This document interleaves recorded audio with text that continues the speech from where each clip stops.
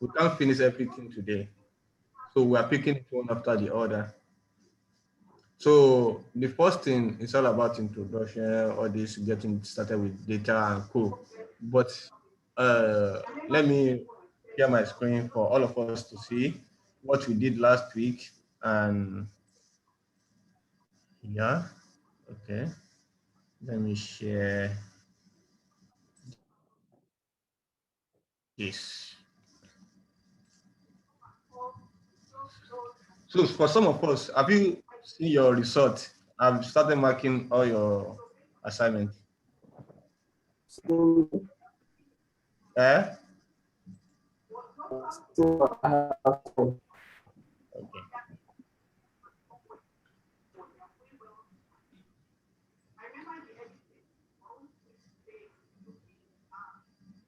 So let me open the last workbook we used last week for our class. That was our map. Advanced. Okay. So we all have our data. We have that HR data, right? So I would like you to make use of comment box so that you can mute your mic. You can mute your mic. So just give me any comment, whatever I'm saying, just try to comment and let me know whether you are following or you've lost somewhere. So this was our last workbook, I guess. Do we have our dashboard here? No. Oh, is this what we did? Is this my own? Power query.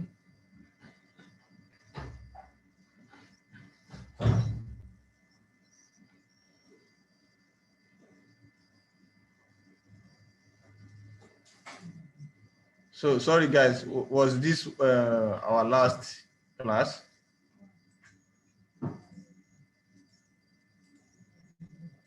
I think we have something else within this content. Yes. Let me check.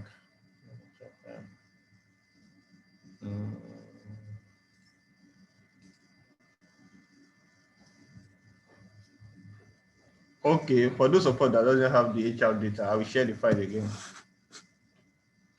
Okay.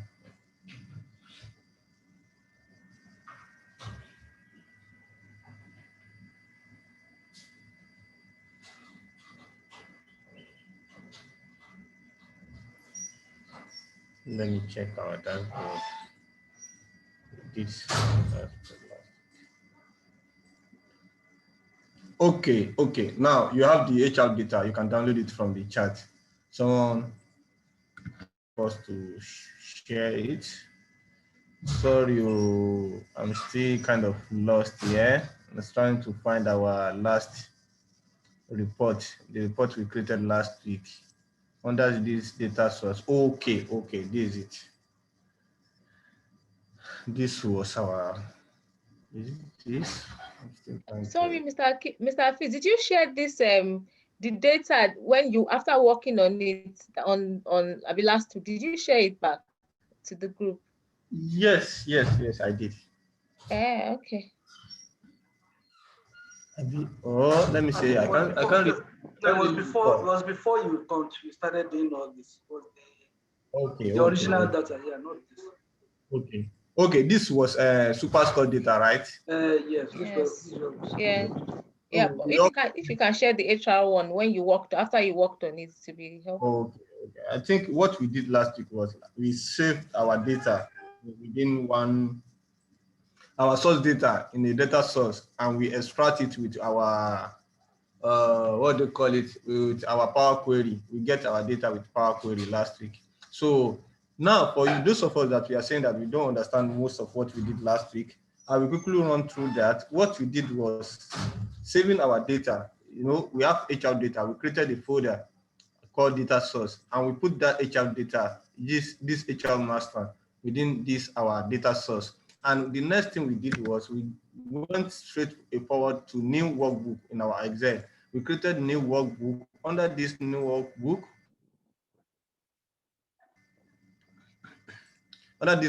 what we did was go to our data, and then under connection, under query, we went to our data and we go to get data. So that was where I was discussing, like, okay, for you to start with Power Query, you can get your data from anywhere, any type of data source, any type of database. You can connect your Microsoft Azure to it. So far, you have the authentication, you have permission to that particular database, whether it's Oracle, Analytical Services, Azure, and Cosmos DB, and so on. So you can connect your Excel to that data source anywhere, any how you want it. So yeah. So let me quickly do something here. I can't see this. I can't see what we did last week. Why? I can't see what we did last week. What's happening here? Let me close this. Someone should help me. What was the name we defined our file name last week after working on it? I can't really get this. Under this. Mr. Faze, I think you've already opened it. It's one you titled Advanced MS Excel.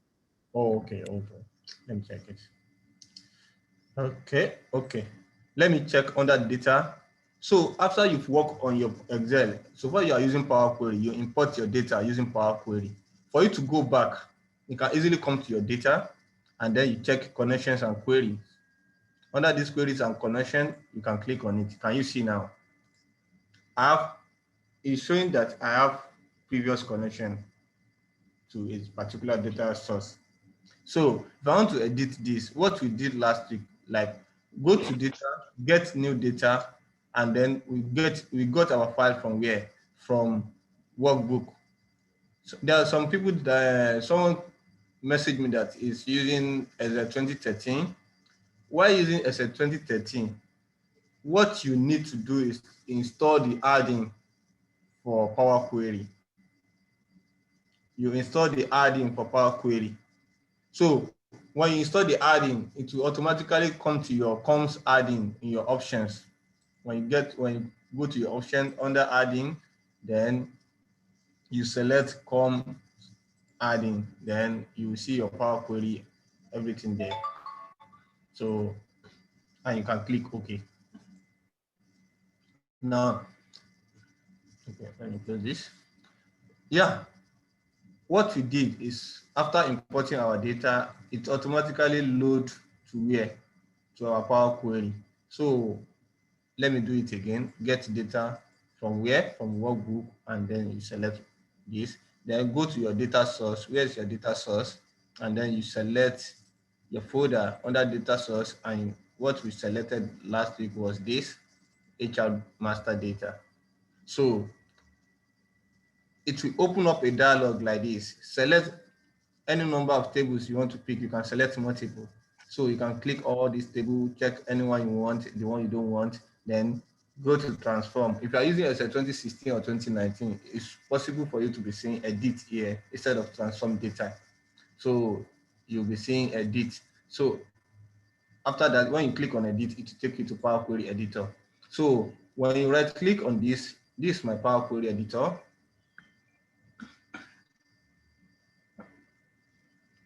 So the data is loading. So it will load your data like what you are seeing on my screen. So if there's any error with your data, if there's anything, some people said they don't have, they can't see under their field tab, they can't see column quality and column distribution and column profile. So if that means you are using, you need to update your Excel. You need to update it. So I guess with that, it will be able to see latest feature within your Microsoft Excel. Hafiz, even in 2019, it's not there. Even in 2019. 2019. Oh, yes, the quality is not there. That means We check. I think I have a system that is, I installed 2019 on it. I will check how I did that and let you guys know. I think I have it on my 2019. So, and sometimes it depends on how you. Yeah. Please, can I ask a question on this place? If you have this, your column checks where you have valid, error, and empty. If you have errors, what do you do? Let's say you have void in all the data is not, what do you do? Maybe some of them are not. Exactly. Sometimes, mostly on figures, if your figure is, if you have empty, like on this or this, if you have empty, like no value, it will show no when you take it to Power Query. Instead of the system to be showing you 0, maybe within your Microsoft Excel workbook, you are having blank. When you take blank to Power Query will be showing you no. So instead of, you can't work with no value while trying to do any calculation. You click on that particular column and change it to 0. You can say replace value. When you go to your home, and then when you click on this particular education ID, you can say, okay, help me to replace value. Anywhere you found no, replace it with what? 0. So you can just type, okay, since I'm having no within this, let me replace it with 0. And when you click OK, it automatically replace it. That's kind of part of our data cleaning we are going to be doing. Okay, like for instance now, can you see this? We are having no in date. So we need to, you can convert it to 0 if you don't want it to show as no. So, but when you get to Power BI, I think we are going to work on that as well.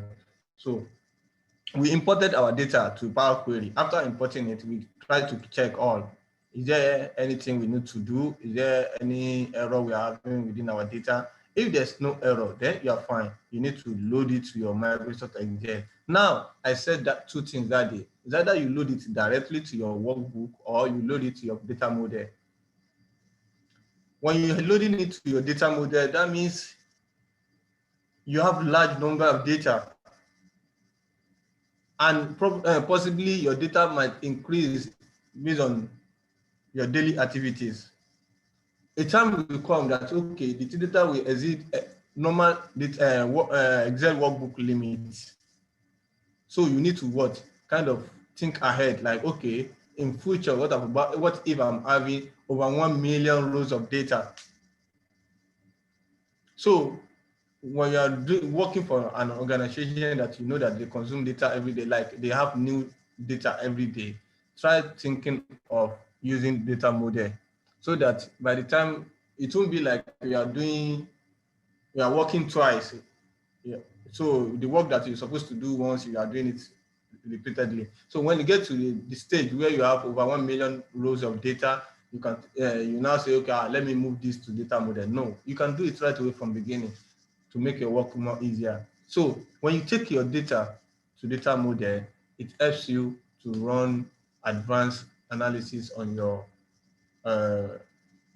Microsoft Excel Power Pivot.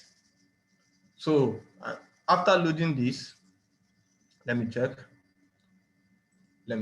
Okay. So you remember last week we also get data from the web using URL, and that was the data of Nigeria population. So yeah, now I will tell you one secret. Let me load this data. What we did last week is, okay, after loading it, we close and load, and it helps us to load our data to data model. So, and I told you, for you to go back to your data model, what do you need to do? You need to go to your, what is this? Sorry. Okay.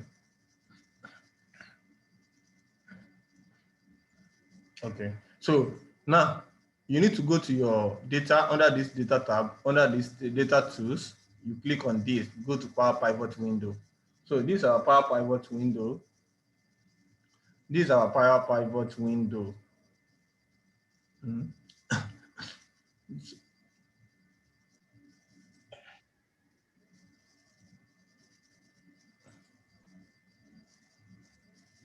So you take all this,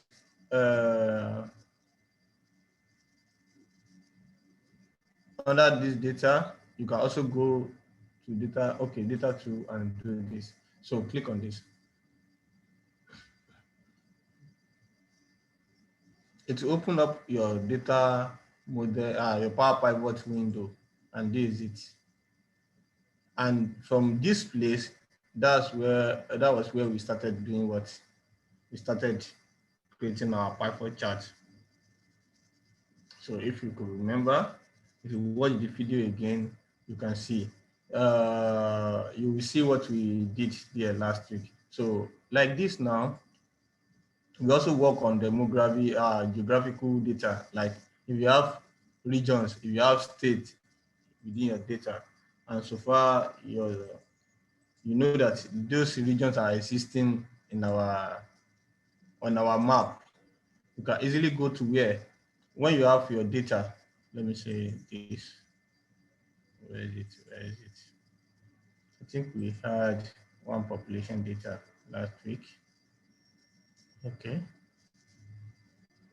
You go to your insert tab, you go to map, and you go to 3D map. So you click on 3D map.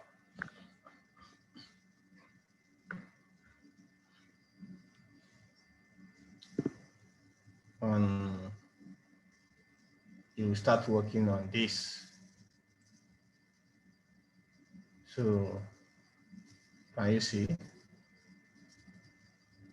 It will pop up your table for you. You can see it. So it now depends on you. If you have anything like region or state here, employee, maybe their state of origin or anything, you can now drag it there. But I guess we used another data last week. Let me see. The data we used was it? Okay, this data. I think this one. This is what we used last week.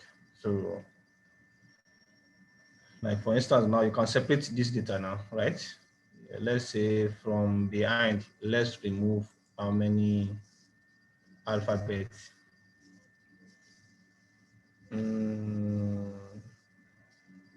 Let's split this column.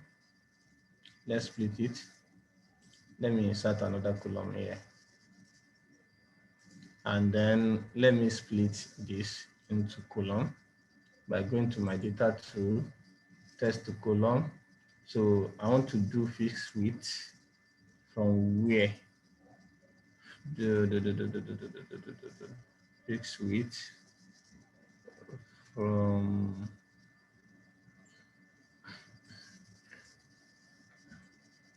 no, I can't even do that. I can't do that. It won't allow me because of the Federal Capital Territory. So how can we remove states from all this so that we can have Kano, Lagos, Kaduna? I think we've done that before. I think since state is a constant country, maybe try to separate states, and it's on the right hand side. I'm just thinking. Okay, what you can do is like this. Let's separate it by also define and replace. Let's separate it by space. So and do space. Yeah. Can you see? Yes. When you do space, it will separate the state for you, and then you can do like this. The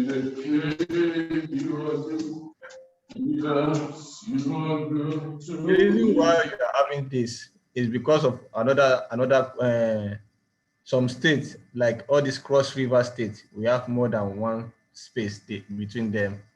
So instead of doing that, what you are going to do is, for me, is do something like this. So like Federal Capital Territory as well, we have double space. So I think with this, it will work. So just do this and do test to column by space and do this.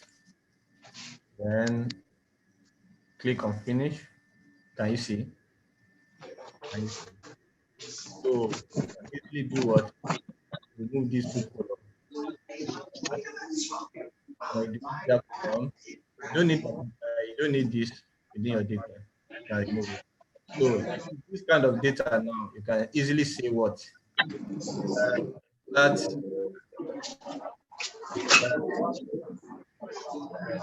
3D map. Yep. From that deleted column, Yes. I said that Akwa Ibom, the other part of Akwa Ibom was deleted alongside. Oh, that's true. That's true. So Akwa Even Ibom, Cross River too. and Cross River. Yes. FFCT, Federal Capital Territory. And we remove that one. Adamawa, we have Cross River. I think those are the two states that have Yes, sir. Yes, sir. Amudenika sọ̀rọ̀ ní alẹ́ àná. So hello. Because Can everyone mute their mics, please? If you're not talking, please mute your mic.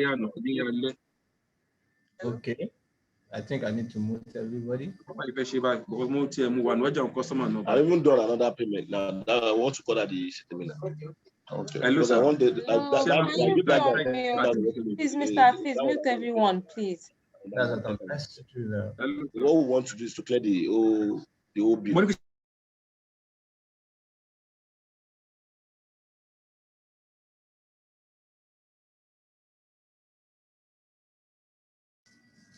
So with this, I can easily do what? I can easily go to insert 3D map with this. Can you see?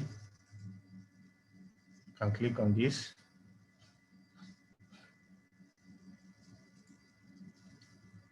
Which data am I working with? Nope, I'm not working with this table. Let me check for data. What am I seeing? Only this. Let me go back. Because even without without wasting much of our time, can you see? Convert to geographical. So I can convert it. I see automatically the system even recognize that, okay, all these things, they are states. And it helps me to convert them to normal geographical data. So going back, let me do this. Let me highlight this table. I don't know why it's taking me to other 3D map. Let me create a new tool with this data.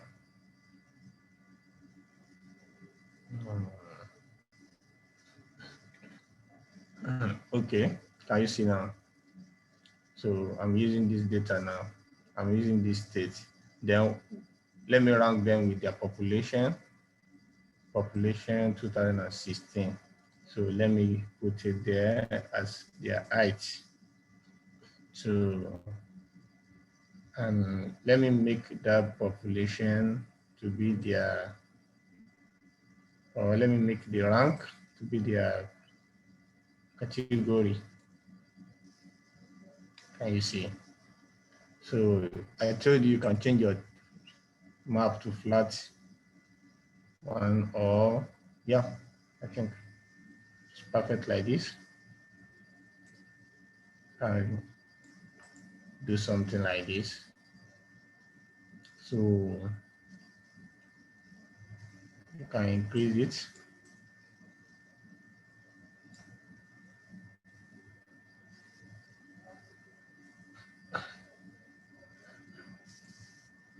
So what else? What else do you need? Layer option. This. I remove this.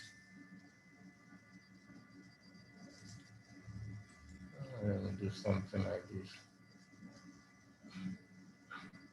So anyone you choose. Anyone. So just for you to customize it anyhow you like, and then you are good. So that's what we discussed last week. I think we can also, when you place your cursor on any of these states, it will show you their population and other things like that. So I think if you watch the video again, you should be able to get it more. So do you have any new student? I know we have some new students that they are kind of just ready to learn Power BI.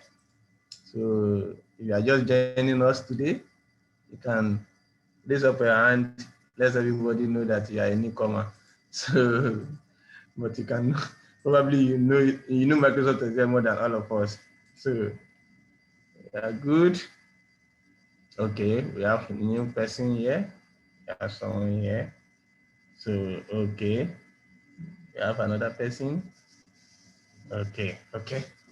Yeah, I wouldn't like to waste much of our time. Welcome to Power BI. If you check online, check the maybe best or maybe number one visual data analytics, what do I want to call it? I don't know. The best tool for data analytics or for data visualization, best tool for the data visualization, you will see Power BI among either first or second, I know. So people are using Power BI a lot within their organization to kind of create visuals, to kind of make their analytics works more kind of better than before. We all believe that we can use Microsoft Excel, but it takes much of our time. Like what you can achieve in Power BI within little time, you will be wasting much of your time while using Power BI. So I have some things here. I have some PowerPoint prepared, which I'm going to share now. And I would like to do the introduction so that all of us will get it right. It's my PowerPoint. I think I have it here. Okay. So last week. I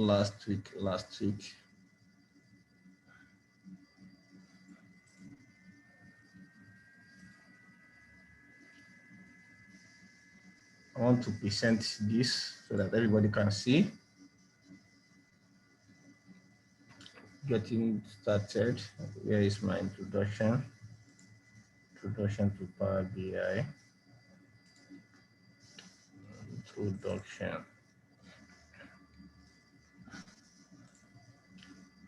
Introduction to Power BI.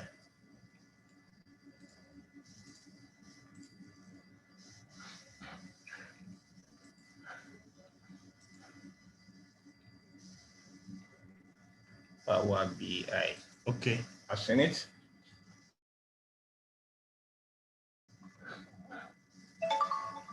Let me present my screen.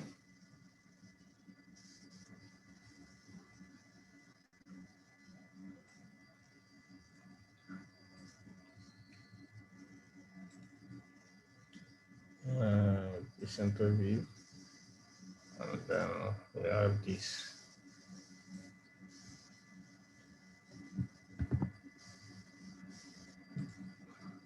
Share screen. And what am I sharing? Okay.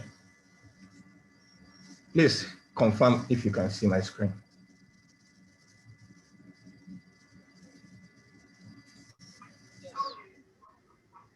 Okay. What are you seeing on your screen? Analyzing data with Power BI, right? Yes. Perfect. So what is Power BI? You know, most of us here, we are kind of we are very eager to become data analysts.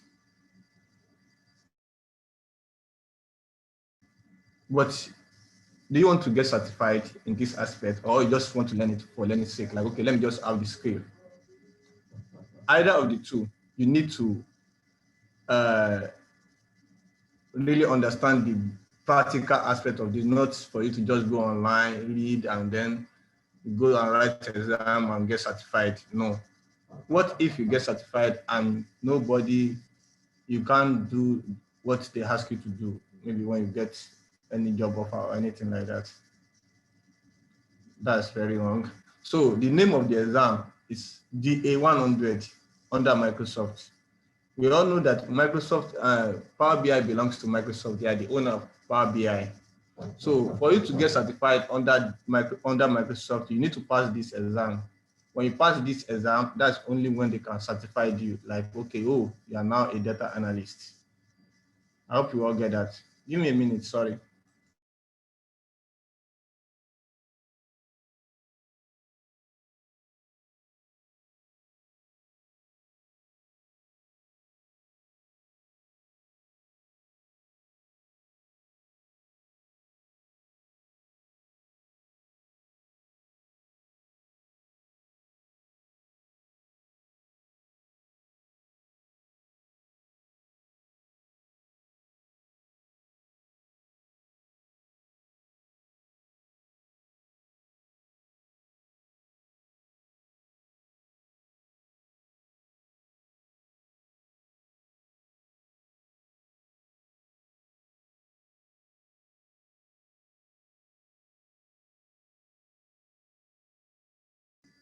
So sorry for that.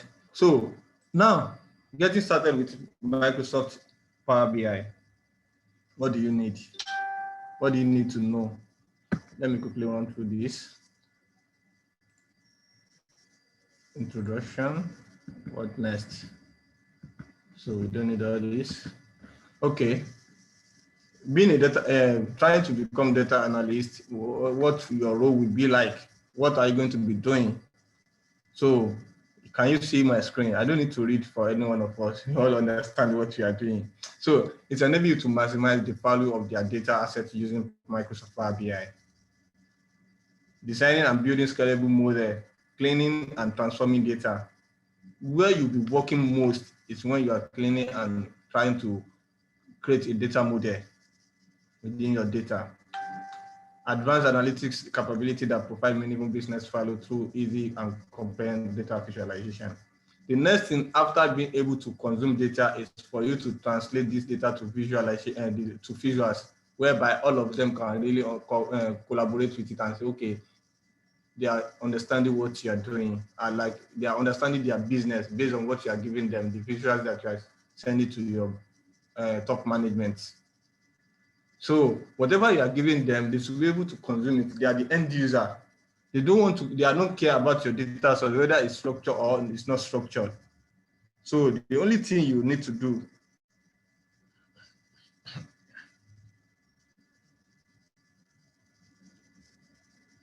is just to give them what they want.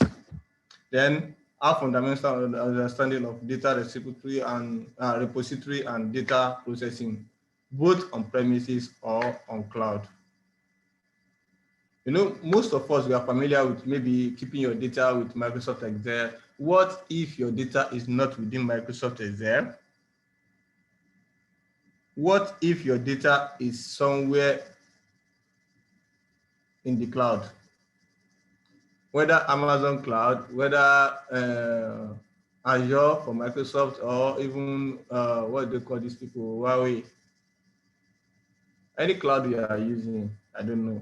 But what if your data is residing in the cloud? So, or maybe someone sent you a link and the data is coming from where? Maybe SharePoint. Your data is coming from SharePoint, your data is coming from OneDrive. And you want to consume all this data. How can you manage all this with your Power BI? So, and those are the things we are going to be looking at. So, what do you need to know before you learn this? So, these are the fundamentals.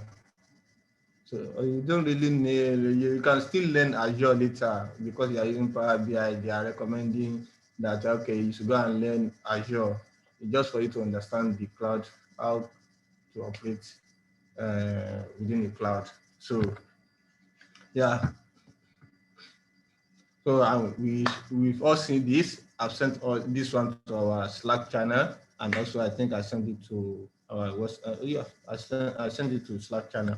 So now, for you to pass this exam, you know, I said it like 20 to 25% of how to prepare data. That's for your mark. and model the data 25 to 30%, and visualize the data. You're having both 20 to 25%. Then analyze data, then deploy and maintain deliverable.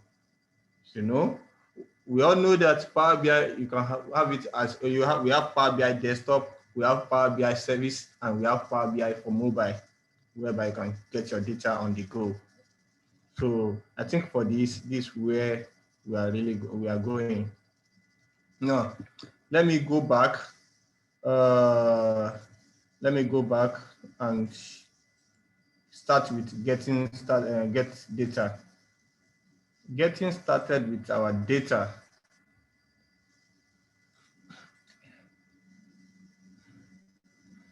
Okay, I think this is my presentation. Can you see my screen now? So if you can't see my screen, let me know.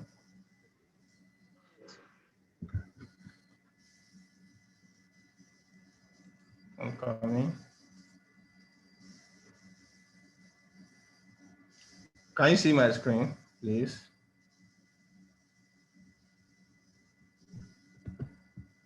It's not up yet. Okay. Let me check.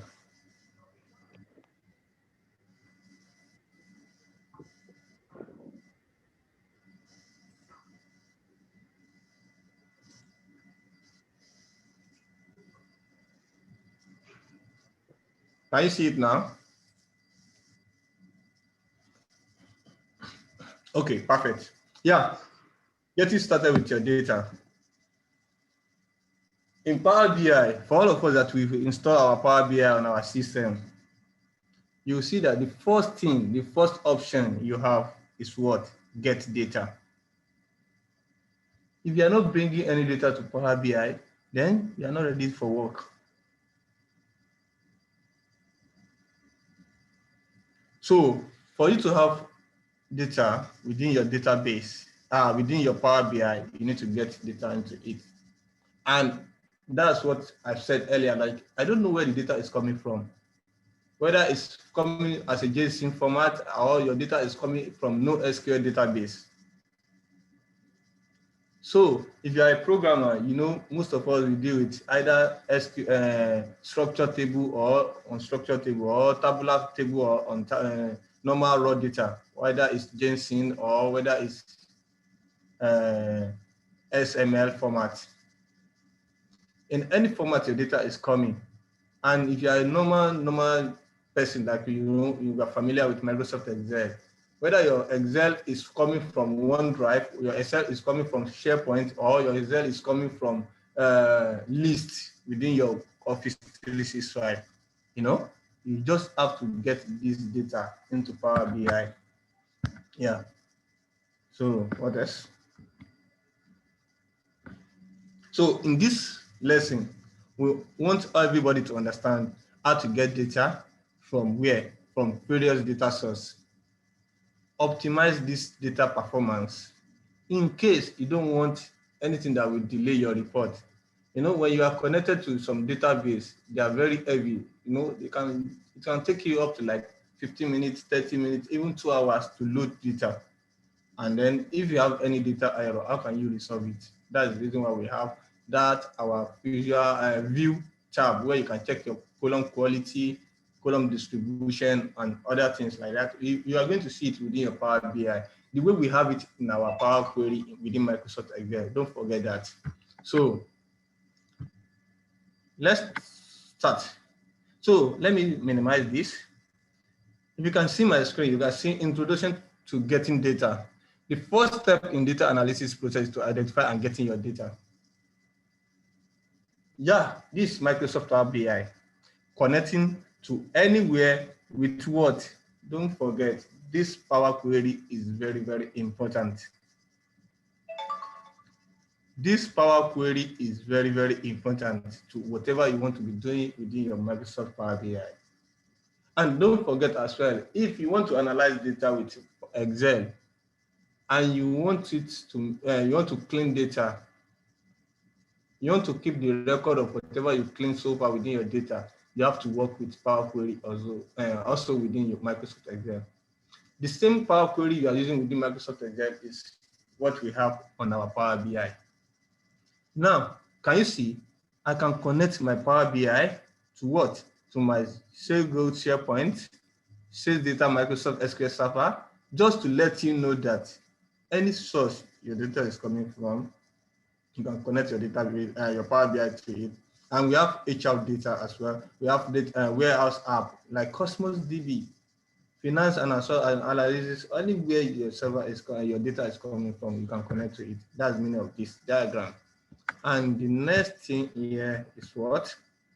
Yeah, let's see how to get data from flat file. What do you understand by flat file? If someone said, okay, this your data is just normal flat file, like what we said earlier, while dealing with what do you call it? While we were dealing with our superstore data, that kind of file is what we call flat file. I don't know if you understand that. That kind of file is what we call flat file. Sorry, I'm coming. So having a flat file, some organization, what's happening here now? I don't want to see this. I'll click on it. Okay, let me add it somewhere. So, sorry, something is disturbing my screen. So, some organization often export and store data in file. So if you are saying flat file has only one data table, like, we don't have many, like in the time we are dealing with HR data, we have several tables connecting to each other. That's we created relationship between them from our Power Pivot. But don't forget this one now, where the HR superstore data is only one table we have only one table there. So that's sample of what?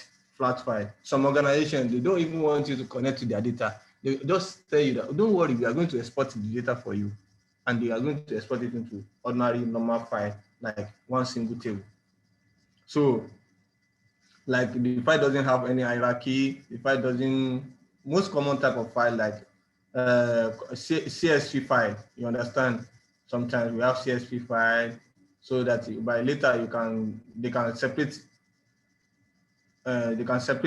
data with either comma or semicolon. If you've seen those kind of files before, and fixed width, they can also separate them with fixed width. Like by the time you get it to your Power BI, you can now separate them using convert text to column. You understand? Another type of this file is Microsoft Excel workbook or any other kind of that file. So far it is flat table, so you need to separate them, or you can consume them directly if it is if it is Excel file. Excel is already in table, you can put it in column and rows, so you get your data. So you can get all this type of data from different sources by doing what? The way you connect your data, go to your Power BI, get data, and then select CSV or text file or XML file. So I will demonstrate all this so that all of us can see it. So, and it will take you to somewhere on your screen, like what you are seeing. So another thing here is getting data from where? From SQL, from relational data source. So if your organization use relational database to record the sales transaction, you can use Power BI to your organization relational database. So it's a flat file. You can easily do what? Connect to that database direct. If you can see my screen, what's happening?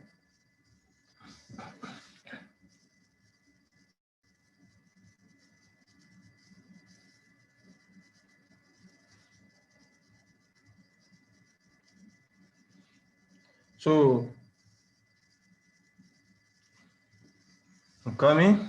So connecting your Power BI to your database will help you to monitor the progress of your business and identify trends so that you can forecast sales figure, plan budget, and set performance indicator and targets. So Power BI desktop can connect to many relational databases that are either in the cloud or on premises.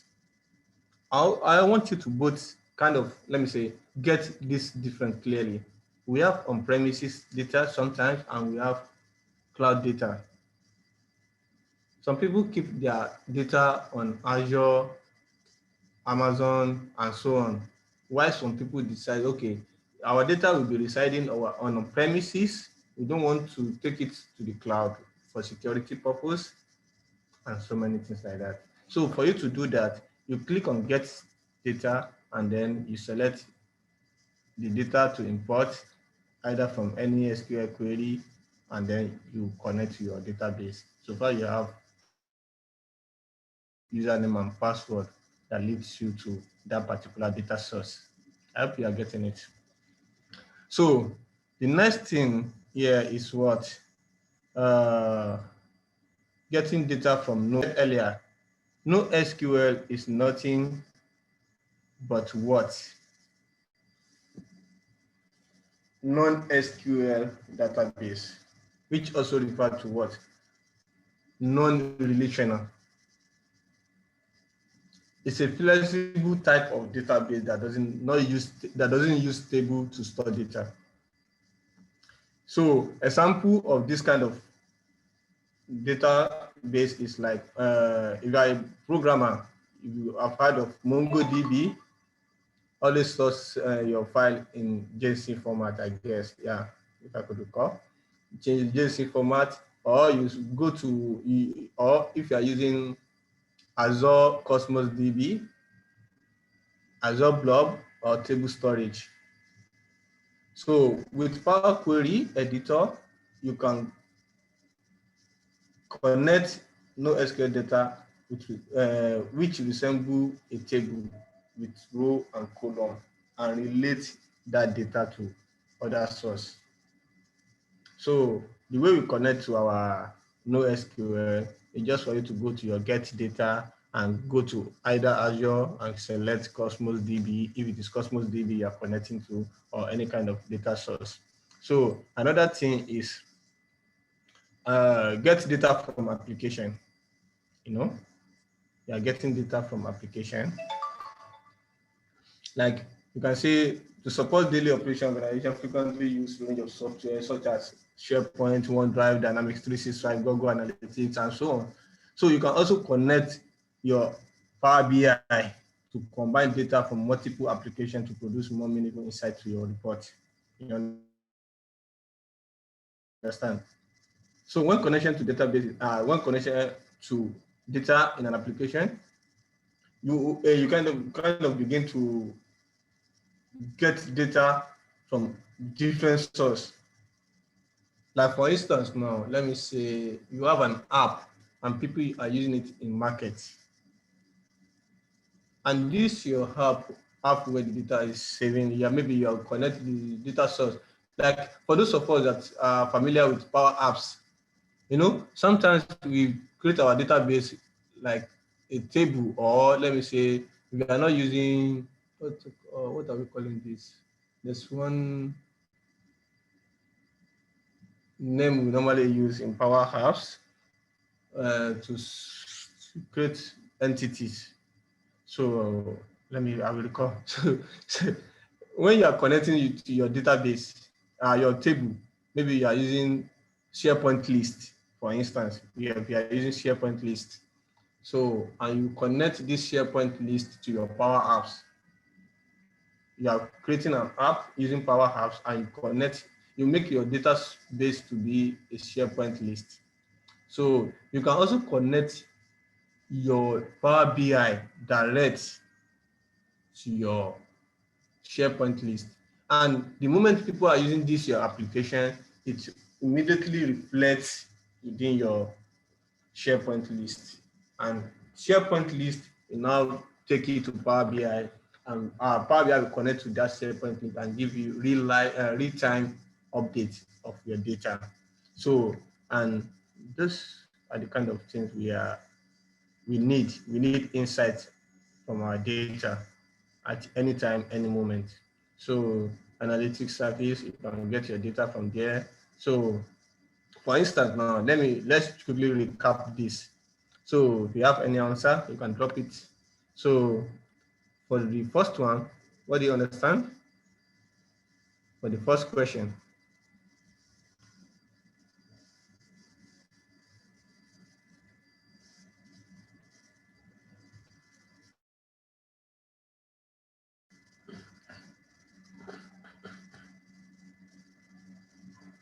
So which query language do you use to extract data from Microsoft SQL Server?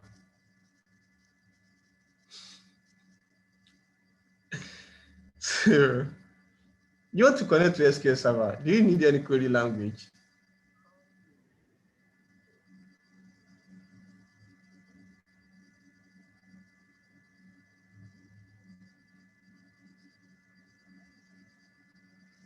Okay, no problem. No problem. I'm seeing, okay, Power Query. Okay, no problem. Let's move on. So can you see, can you see your first answer? SQL Server use what we call TSQL. TSQL. That's Transact SQL. I hope you get that. So not Power Query.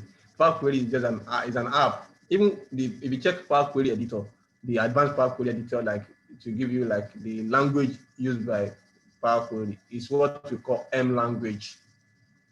But the language we use to extract data from SQL Server is what we call TSQL, Transact SQL. So,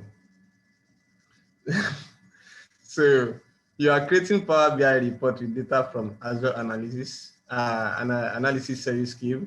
When data refreshes in the queue, you would like to see it immediately in what? In the Power BI report. How should you connect? You use direct connection. Abi? Connect live. So that's direct connection. So, and the last one we see, do some calculation in the original data source. You understand? So how can you, these are the questions for the next listing. So how can you optimize your performance? These are the things that you need to know. That's the reason why I'm just rushing through it. Like you just have to understand this. Not that to build reports, to create your visuals within Power BI, it's very easy. But you need to know some things within Power BI like that will guide you while trying to create your report and dashboard. So optimize performance. There's different way of importing data. You can import getting data to your Power BI. Either you get it, you import it direct to your database, like to your Power BI, sorry. You are getting data from somewhere. It's either you import your data or you can use direct query or you do a mode. So the most popular way people use is what? To import data. So if you are importing your data, it will help you to save this file within your Power BI, and it will always go along with your data, like your data set for your report. So it will combine all this data together and kind of save it on the cloud. When you are sharing, maybe you are sharing your data on Power BI service. So the next thing here is what?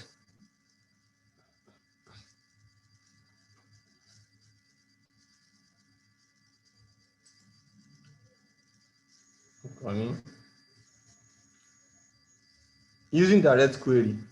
If you are using direct query,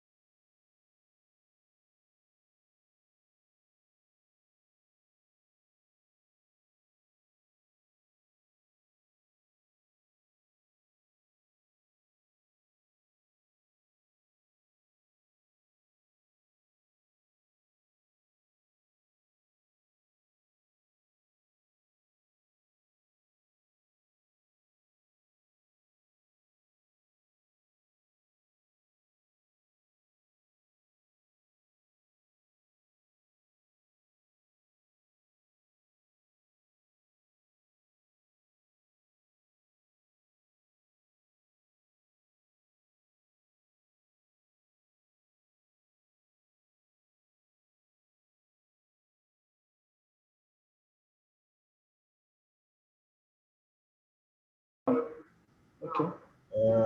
This is where we stopped. Can you see my screen? Yes, it's on now.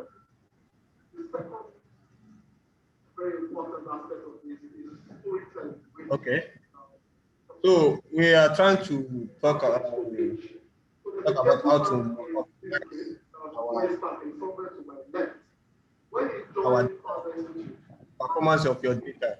Why maybe we are scary of, oh, if I load this kind of big data to my Power BI, won't it get my system slow? Other things like that. So I guess you have to consider all this.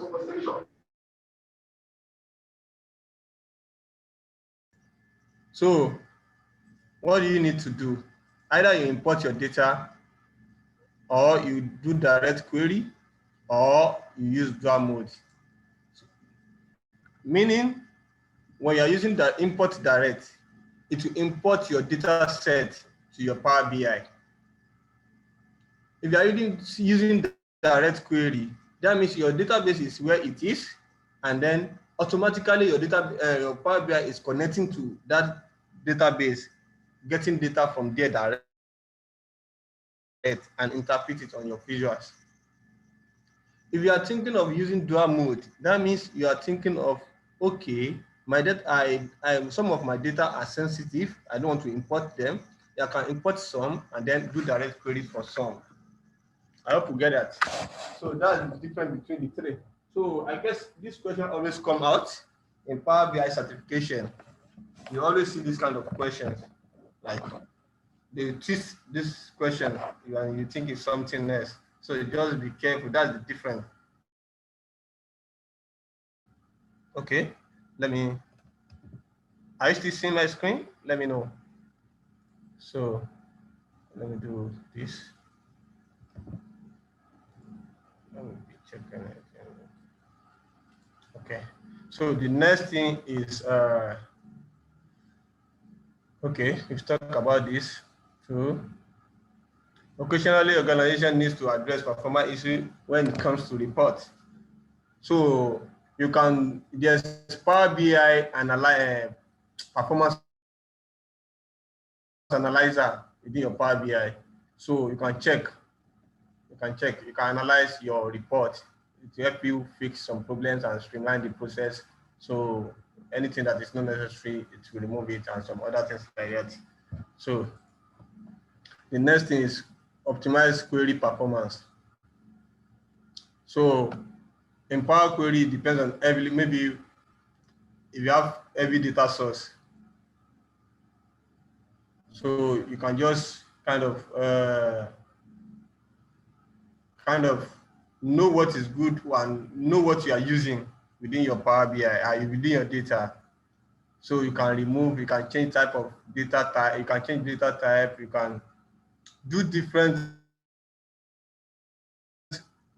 anything that you know that you are not using within your data, remove it to make your work more easier and to reduce the size of your data. So, for instance, now you have a table that has up to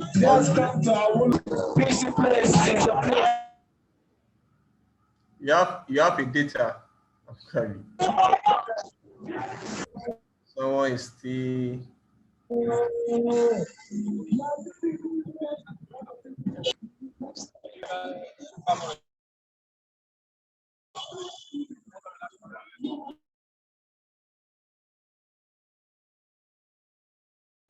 Are we together now? Okay. So there's something we call query folding. So Power Query takes advantage of good performance at the data source through a technique called what? Well, we call it query folding. So I think I've seen this kind of question before somewhere about Power BI. So I think they say an interview question. So you need to take note of that. So then what else do we need here? Okay, this query folding, the process that lets Power BI query generate a single query statement to retrieve and transform data source. So you can see it. That's meaning of query folding. So let me explain it better. Query is just like is a process by which the transformation and edit that you make within your Power Query editor.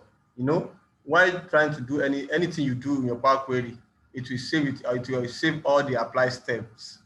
So after saving all that, now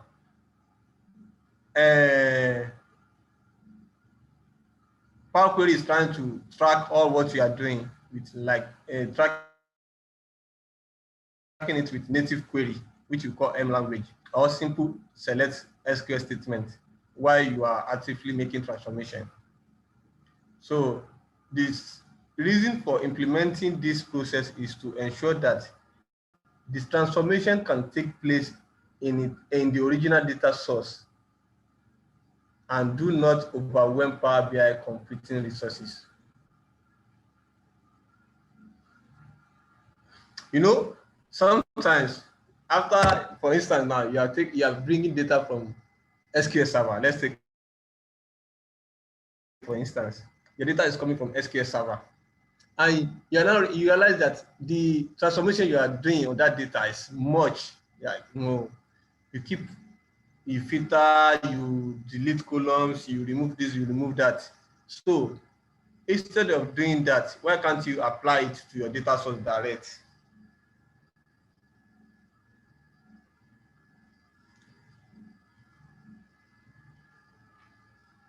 Let's see what we have next. All of us will see it together when we get to. Okay, who can answer this? Which storage mode leave the data at the data source? Who can answer this?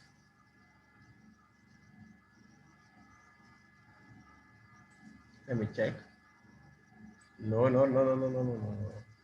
No.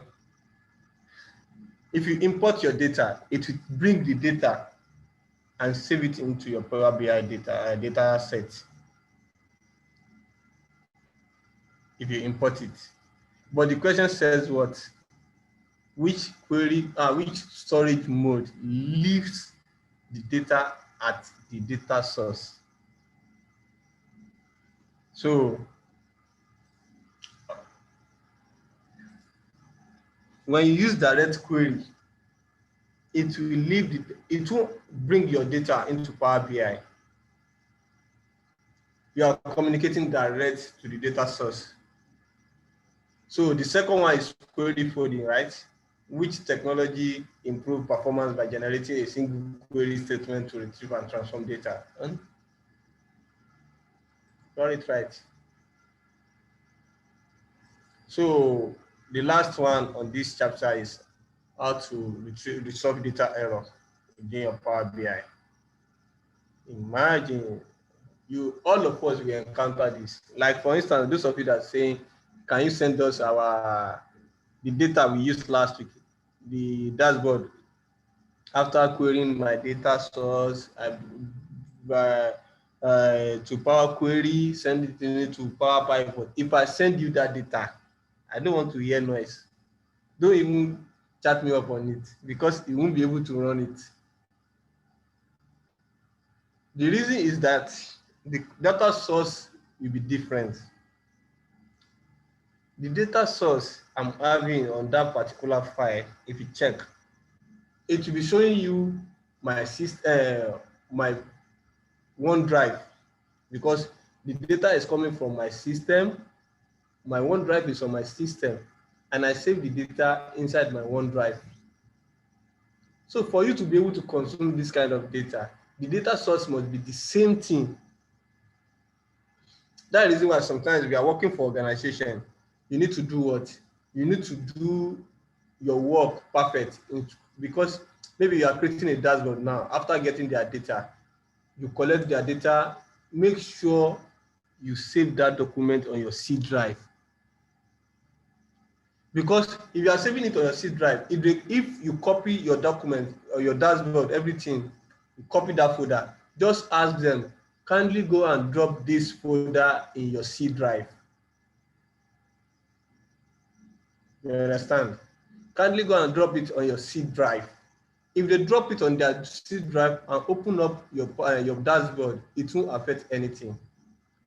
But mind you, if you are the type that normally save work inside your my documents or any folder you are saving your work on your desktop, please, if you want to work as an analyst and you know that this data, the work you are doing is not for your company, you are doing it for someone else, another company.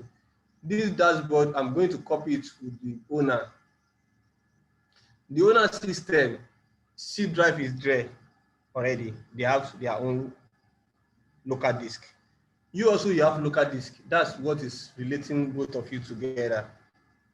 Because if you save it on your desktop, it will take the navigation will be like from user to desktop, either public user or from user on C drive to either public or username. Maybe if your system name is Hafiz, it will name it user Hafiz, your desktop, then the folder you created. But if you are saving it on C drive, it will just say, okay, C, so folder, and it will catch up with your query direct. So I will show you what I mean later when we start practicing all this. So yeah, they say we are having this kind, so you can have this kind of error. You may encounter the following error. Query timeout, probably if your system memory is low. If your system memory is low, you can face any like query timeout, couldn't find the data source format as a table, could not find the file, and data type error. Sometimes if your date is supposed to be in date format and you are saving your date is in text format, it will give you data type error. Where you're supposed to have numbers and you are having text there, that's data type error. You're supposed to know the difference between decimal number, whole number, text, date, and so on. You see everything. So what type of import error might leave a column blank?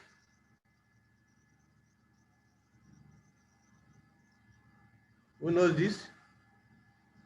If you are importing data and your column is blank, what type of error is that? So data type error will lead to that. So let's say this, all this. So in this module, we'll be able to cover data from different data source, optimize your data performance, your performance, and resolving data error. So yeah,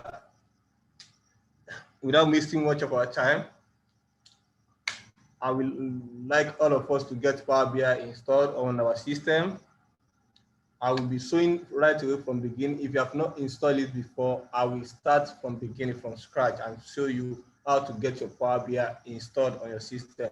Please, if you are using Windows 7, I beg you, please go and update your system. If you are using Windows 8, please go and upgrade. This 2021, you need to follow the trend. Windows 8, we have Windows 8 as at 2012. Now we have Windows 10. Kindly update your system and make it up to date. Just connect to the internet and update your system. So let me bring down my screen and share the whole screen for everybody to see how I'm going to navigate on my system.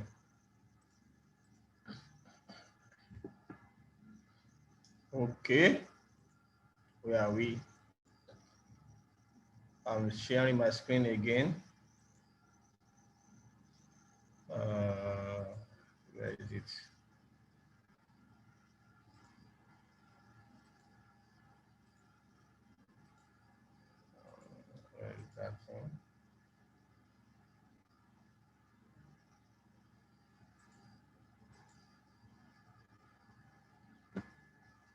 Okay.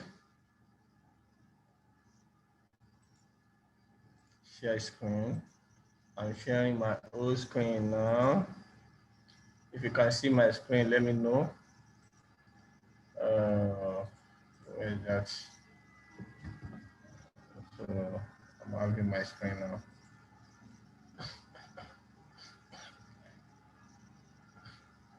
So can we all see my screen?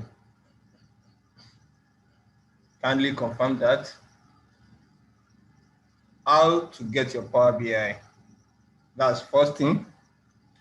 If you are using Windows 10, welcome. So on my Windows 10 screen on your desktop from your taskbar, you will see something like this. The way you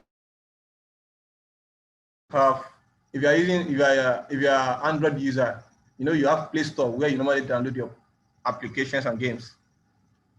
If you are using iPhone, you know where to download your application, which is App Store.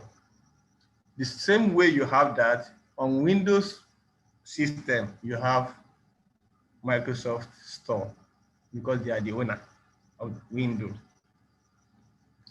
So if you click on your store, this Microsoft Store,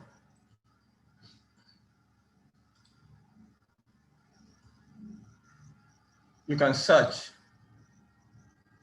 Please, also, you are using Microsoft product, go and register. Register your account. Try to have at least one Microsoft account. Try to have Microsoft account since you are going to start using Power BI. The advantage you have, and the reason why I recommend you to install your application from this place is like the way your app normally updates itself on your mobile. It automatically helps you to update your application at any time you are on the internet. It's been a while that I opened my Power BI last, but I still have up-to-date version of Power BI. So please take note of that. Let me search for Power BI desktop. That's the first thing we need to learn. So you click on Power BI, it will auto suggest.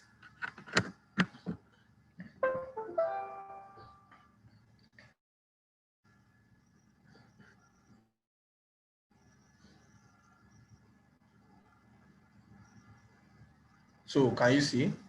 It will help you to do what? To search for it, and then instead of launch, you will see install, and it will ask you to create account. So that means there's another update. That is why I'm having this.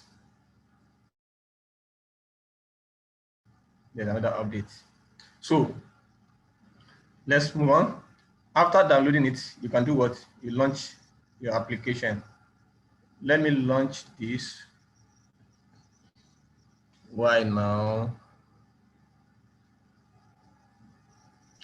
Sorry, my internet is slow. I know some people have better internet than my own. So Okay, this is fast too.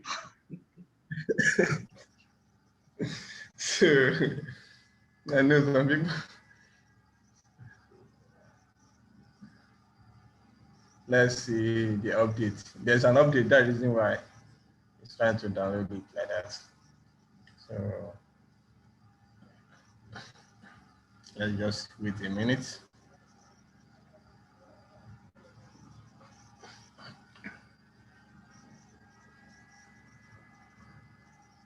So,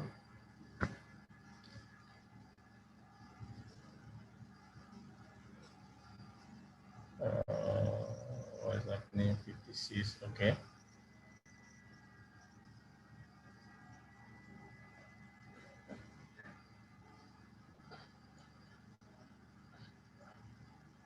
Perfect. So let's allow it to update it. we should launch it after that.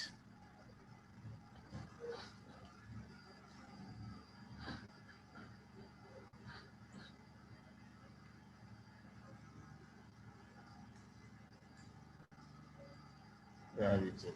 No. Okay.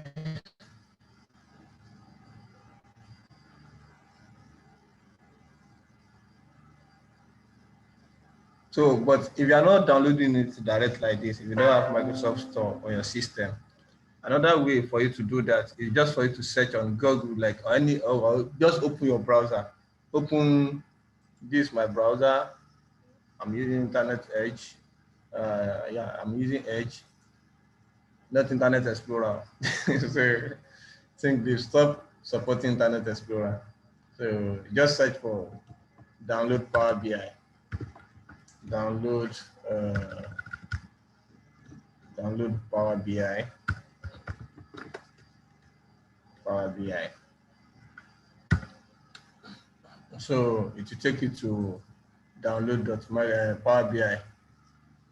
So, and we have this. We have this. So you can download Power BI from this place. Microsoft Power BI desktop. So I think there should be a link for me to download here. Let me check. So Power BI desktop, can you see?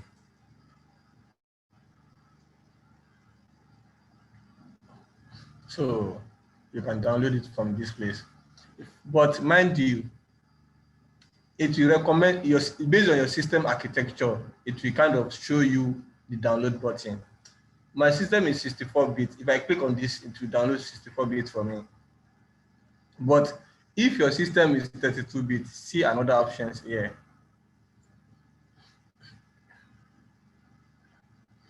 Can you see? Select language, you click OK. So you can pick either 32-bit. This is for 32-bit, while this one is for 64-bit.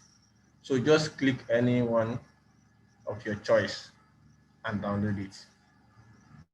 So I have it installed via my Microsoft Store, and I will click on launch.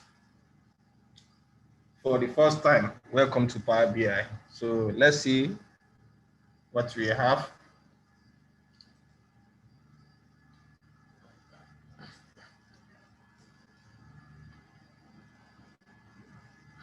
So it's loading. Sometimes, if your operating system is not complete, it is recommend you to go and install some either .NET framework or some kind of DLL file like missing on your system. It won't allow you to go until you fix all those problems. So yeah, for the first time, I'm launching my Power BI. This is not my own first time. So that is why I'm still having some kind of data here. So it will ask you to log in with your business account. It doesn't take ordinary account. So, and last time, I think I showed you guys how to get business account for yourself. Maybe you have email account at your place of work, you can use it.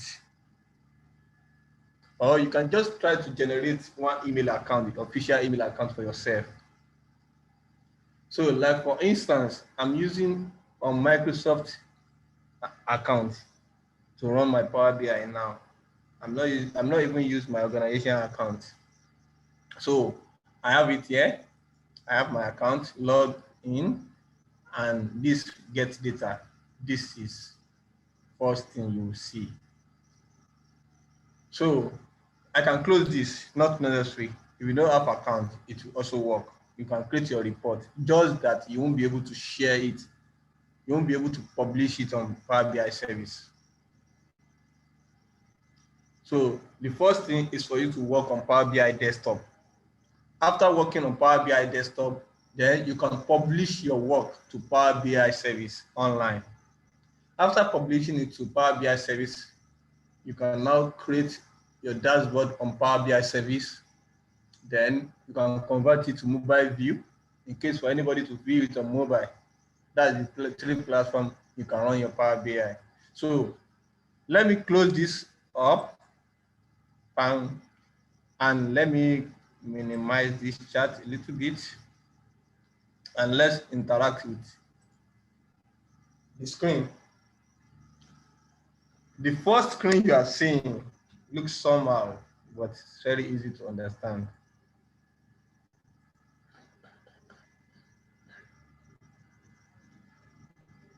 The first thing, it looks like Microsoft Excel, but kind of, to me, it's combination of, let me say, like PowerPoint plus Microsoft Excel. So on this page, I have my Canva. This is my Canva.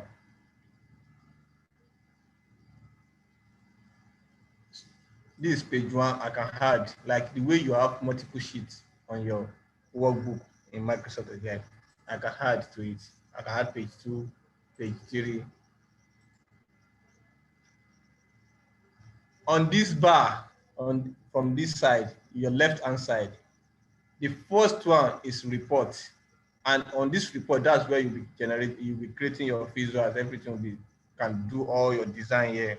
If you like, go and design in PowerPoint. If you like, use Adobe Premiere Pro, Illustrator to design your background and bring it to this place. You are free to make it more kind of attractive. So the second one is your data set. Any data you import to Power BI will definitely show here. This second one. The third one is where data modeling happens. This is your data model, your relationship, everything. You create it here. You create measurements, anything you want to create from this place. Now, at the top, I don't need to explain this again. This is your save button. This is your title bar, search, and this home tab, you have get data as well. You can get from Excel, Power BI data set, SQL Server. You can enter data by yourself, creating your data set, data files, and you have, you can transform your data. Can you see? And under this transform data, it will take you back to normal Power Query. We have external tool. This is it. We have this. So let me go to this. We have insert tab. You can insert new page. You can insert more visual. This visual can come from your app source. It can come from anywhere. You can go to market as well. Like what I'm seeing here. All what I'm seeing by this my right hand side, they are visuals like charts that you can use to generate your report. So you have key influencer, smart narrative, powerhouse. You've connected Power BI with Powerhouse now. You don't get choice. Sometimes you want to take your report to Powerhouse. You have text box, you have button, you can create shape and code. You can do anything here. You can import images. So this where you do your data, another data modeling. You can create measure. You can manage your relationship here as well. You can. So this database relationship, data table. So view, you can go under view, change your design, change your background, anyhow you like it.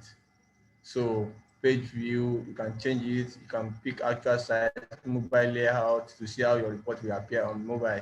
So all this, you can do what? You can navigate anyhow you like. So without wasting much of our time, let's do something with Power BI. These external tools, like for those, if you have Dash Studio on your Excel, we still get there. Dash, that's where we do our own formulas, data analytic expression. This is where you're going to be calculating different measure, creating measure, calculation column, all those things. Very simple. So yeah, let's go back. So for you to get started with Power BI, we need data, right? You can do this. So let me click on more for all of us to see all the data source we have been talking about. When I click on get data, I see more options there. So I have this. This all data source you can connect to. Can you see? Many. You know. For those of us that we are accountants of this group, we all know some accounting something software. You can connect to them, get your data out of all this application and connect it to Power BI. So can you see? Okay, let's say we're getting it from file. All these they are files. It's coming from SharePoint folder, PowerPoint, PDF. You can take a whole folder and bring it to Power BI. JSON file, no SQL format. That's for them. XML, you understand? So text or CSV, and then we can pick from Microsoft Excel as well.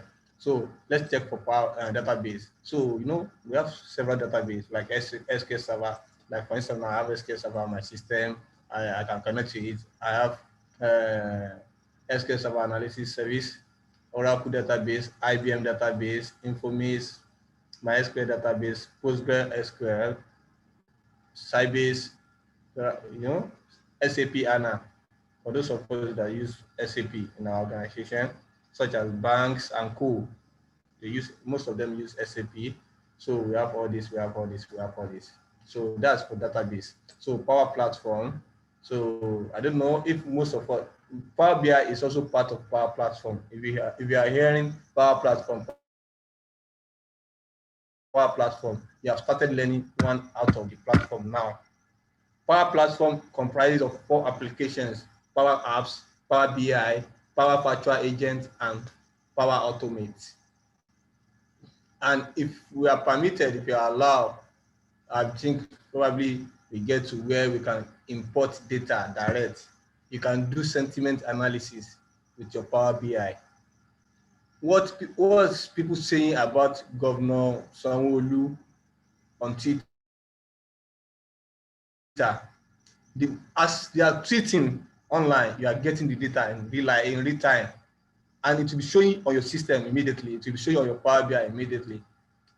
And you can ask, okay, what are they saying? Is it good or bad? You can do sentiment analysis. It will rate the comment, whether it's 0.1, 0.2 to 5. It does if it is bad comment. But if it is good comment, it can okay 0.7, 0.8, and so on. So we have Azure. Your data can come from Azure. You have Azure database, SQL database, simple analytics, and all this Azure data lake and co. You can get your insights from there. Online services, can you see?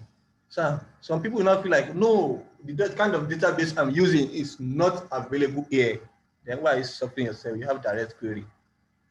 Can you see? We have others, and you have blank query. This open to anyone to use. So we have all this.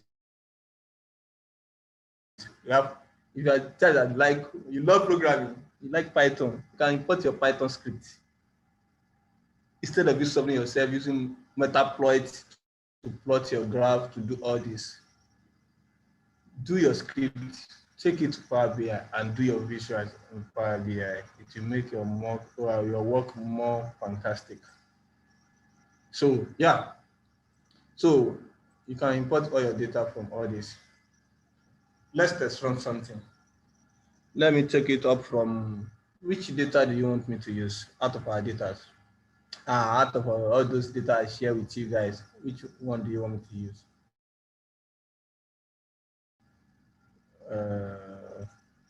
Someone is commenting. Please, this question you are asking, It's better you get system that is very fast too.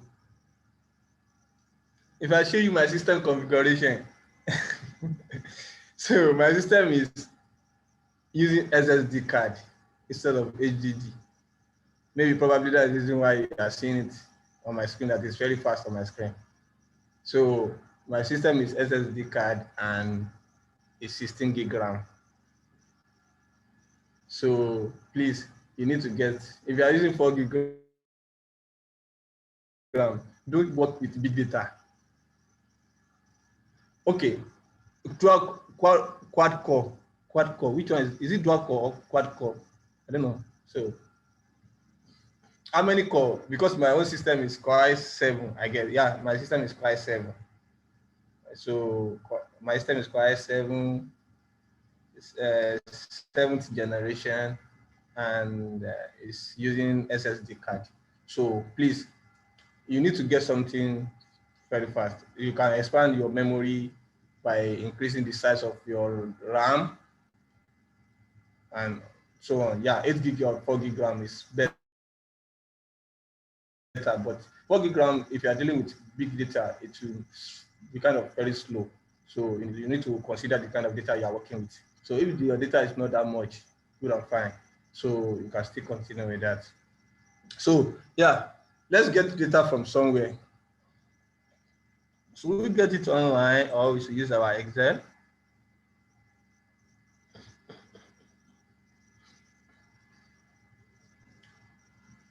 I'm not using machine. I'm even trying to. Okay, we should use Superstore. Let's try Superstore and see what we can achieve with that. So someone mentioned, okay, HR data. HR data has a lot of complication if you have to use that. You are going to work with formulas if you are using HR data. But let's start with something simple. We have a flat table, which is HR Superstore data. I think we can work with that. And also, you forgot that you have a sample sales data. Sample sales data that we used the other time. So we can also use that. That one is very simple. Those one with tomato and pepper and sugar. So we can also use that. So, okay, let me open up my sample data. Let me pick. So just watch me and see what I'm doing. I'm connected to Excel table now. Let me do this. So where am I picking from? My data is under the, yep.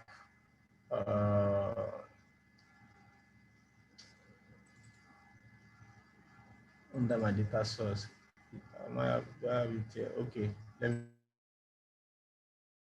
pick it.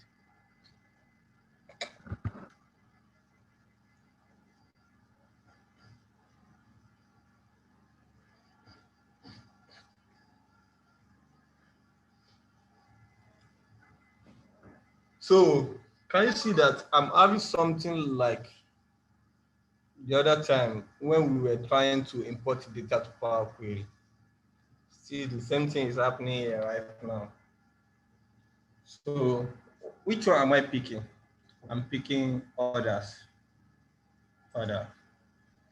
So this is what I did. Let me select it. So am I loading it direct or I want to transform it? All of us, I believe we are on the same page on this. If you are using Power BI, you won't see edit. It's going to be transform data. So let's do this.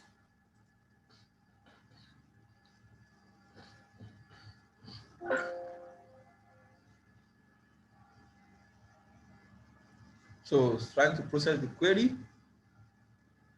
And can you see something? Let me expand this. Can you see what I'm saying?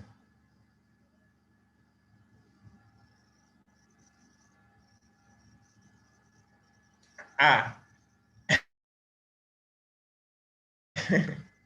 How can you protect source data from corruption before querying? The only thing that can make your data source corrupt is if you expose your device to virus. Now, Can you, as you can see, I have some files on my system too, but this kind of files, all this my data source,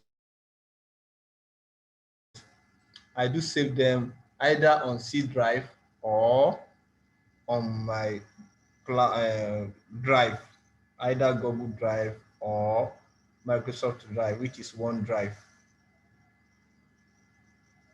So I hope you get that. So you can do backup of your data, all those things, so that you won't kind of lose most of your important files. So now,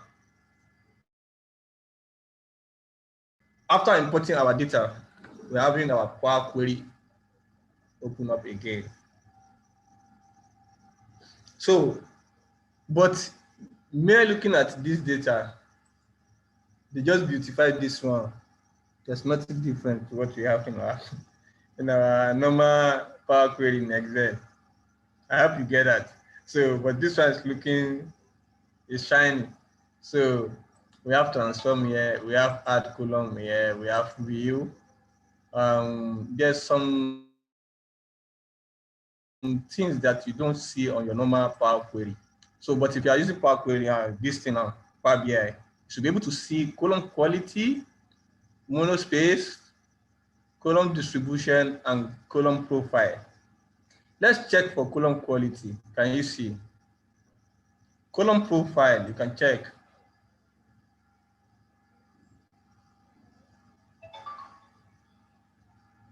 So it will show you column profile. It will be, let's check for column distribution. Can you see?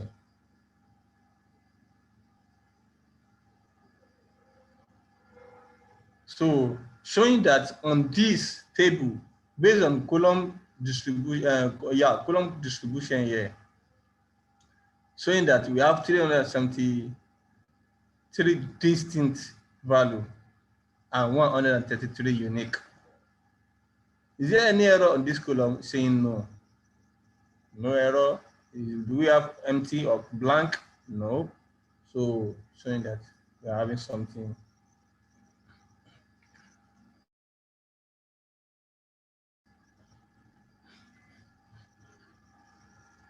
Somebody is asking me a question. What is the difference between distinct and unique? That's English.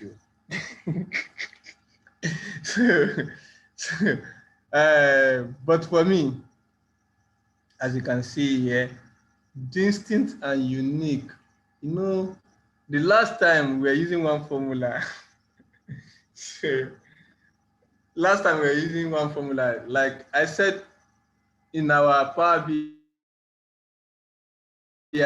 we have formula called distinct, and we have another in Microsoft Excel, we have it as unique within Microsoft 365 Excel. But this is kind of confusing now to Fei. What's the difference between distinct and unique? So, but let me check one column that doesn't have unique value. I'm coming.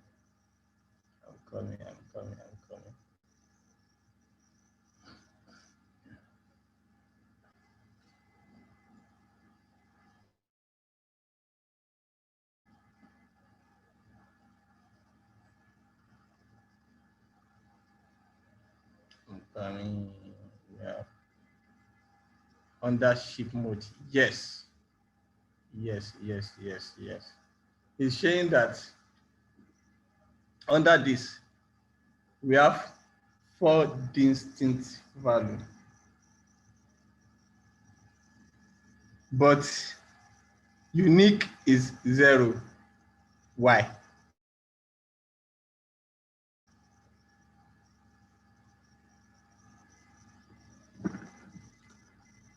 Okay, someone is telling us now. The main difference between unique and distinct in SQL is that unique helps to ensure that the value in the column are different, while distinct help to remove all the duplicates. I hope you get it now. That is exactly answer to what you ask. Okay, you know, on the norms, we have this standard class repeated itself several times. But mind you, if you have something like ID, it will be unique throughout the table.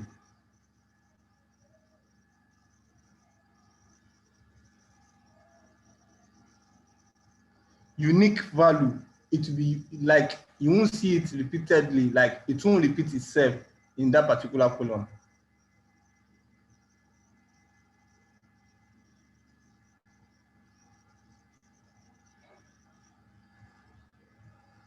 I hope you get what I'm saying. So when you say something is unique, and that's the only thing you can use to create relationship with another table.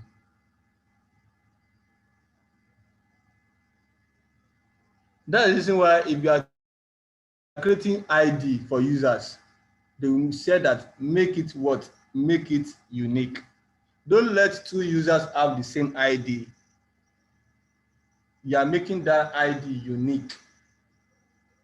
For those of us that understand SQL database very well, either any type of SQL you realize that while creating most of our first column, we always make it either ID, I mean, you are creating user ID or row ID, anything, which is going to be unique.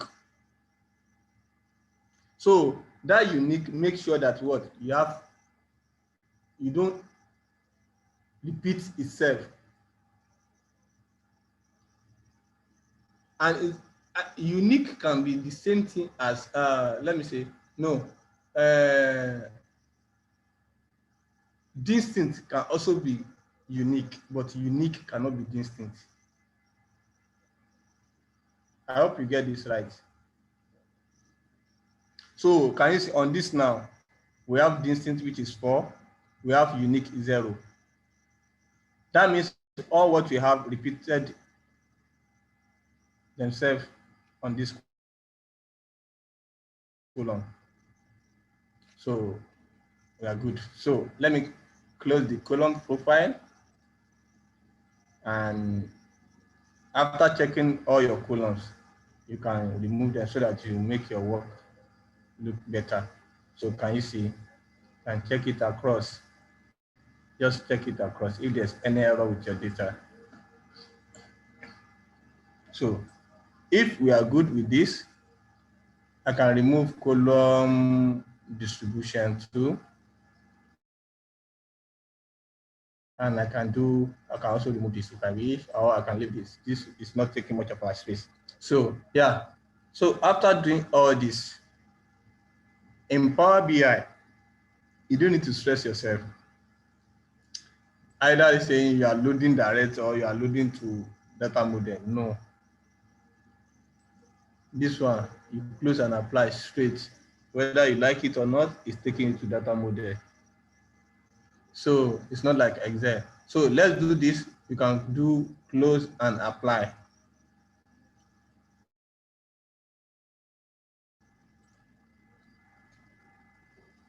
And let's wait for it.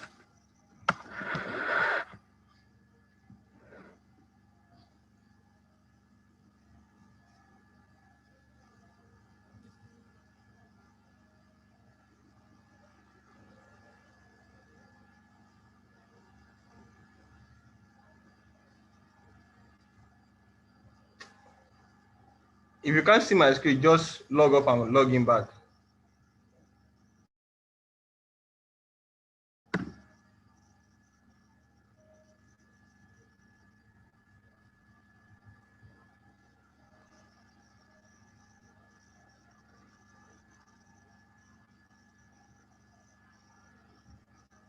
Now, we have data. What else do we need to do? To see your data within your Power BI desktop, you go to your data set. We mentioned that earlier. If you go to this, you see your data. Your data has been loaded to this.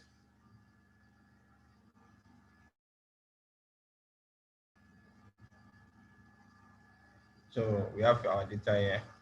And then if you check here, this is a diagram view of your data. This is diagram view of your data. So you have it here. Now let's go to our report camper. Let me minimize this for a while. At this site, we have three things.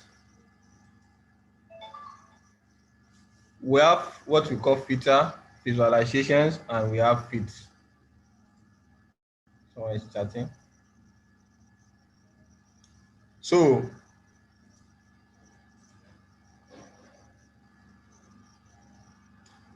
you don't miss any step. We do all what we did just to go home and do what? Close and apply. If you want to go back to your Power Query, what do? You go back. Where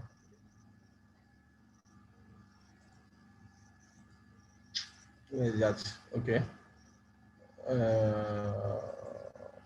Where is it now? Okay.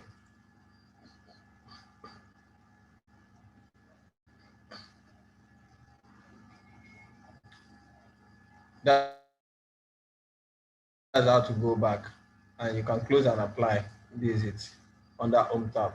So now, if you check this side, it will show all your tables. If you have more than 20 tables, it will show everything here. If you try to elapse this, open this arrow, it will show up all your feeds, all the feeds that you have within your data. It will show everything. And then these are the visuals that can use to generate your report. Now, let's do something. For the first time, you want to create visual in your Power BI. I can use either any of these. I can use any of these. Click on your Canva, pick any of these, and click. I'm picking card now. I'm picking card. And on this card, it will ask you, based on the visual that you choose, it will ask you to list all the fields that are applicable to that particular visual. So let me say I want to count how many order do we have.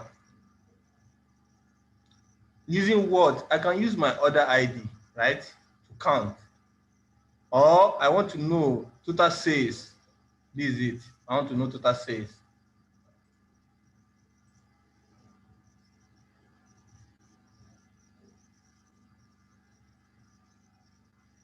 Yes, I said it earlier. You have to use your business account, so you can't use your normal Gmail to log into Power BI. So if you check my email, what I'm using here, can you see my account? This, you have to use something related to business account or your official email. So anyhow, so yeah, let's move on. I'm dragging data sum of sales to this place. And it will load the sum for me. Can you see it? That's total sum of sales.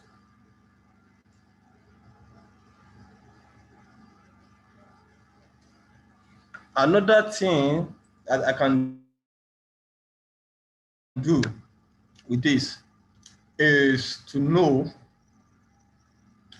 profit by product category. Or let me say, I also need another thing. I need another thing. This particular, can I get one background for this thing we are doing? Can I get? Let's check. Let me check under view. Let me check if I can change this background.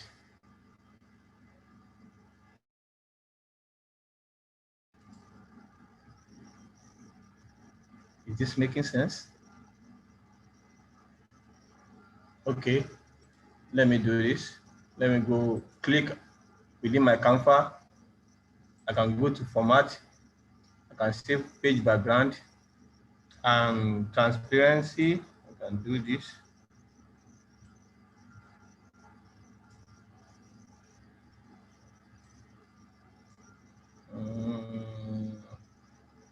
Page background. Okay, I think I can leave it like this. And this, let me adjust this one a little bit. I don't like this background. Remove it.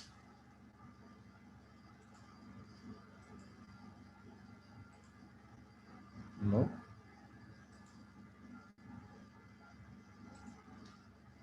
Under format, you go to page background and then revert to default. Change it to default now. Page background, white. Do I have any image here? Okay, let me come here.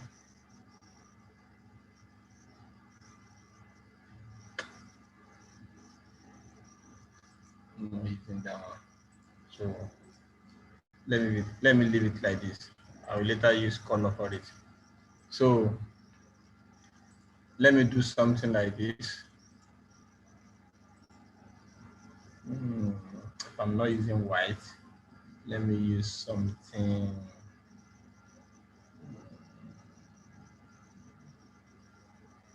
Let me use this color. Yep. I'm trying to do something like this. Sometimes, if you don't see the type of color you want here, you can do your color code. Come here, or you pick your color, go online under colors or something. I can't recall. So you just pick your color code and pick and drop it here. You have your color here. Let's assume this is what your company use. So you do this. So after that,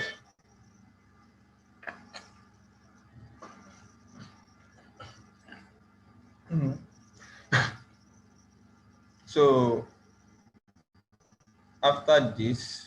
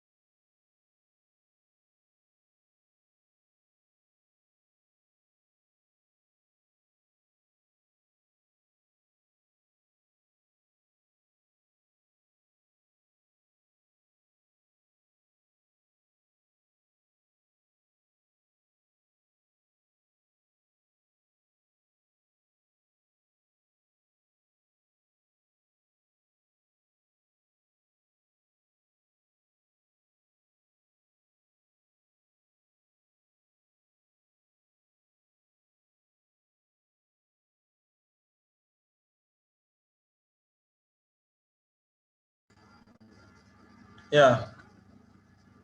Sorry guys, I need to attend to something. So yeah, on this, let's try to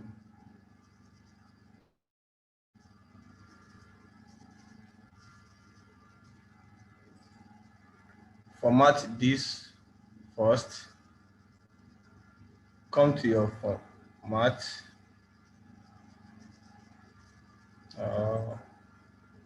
I'm trying to make this more beautiful, but let's finish our work first before we go into that. Before we go into formatting. So let me continue with this background. So we have this. And the second one, let's get our profit. So let's drag profit here. Where is it? Profit. So we have our profit here.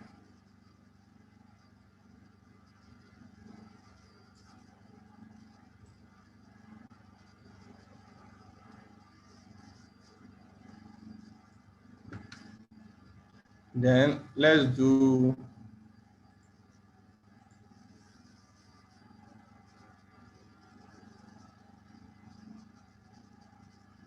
there's nothing special.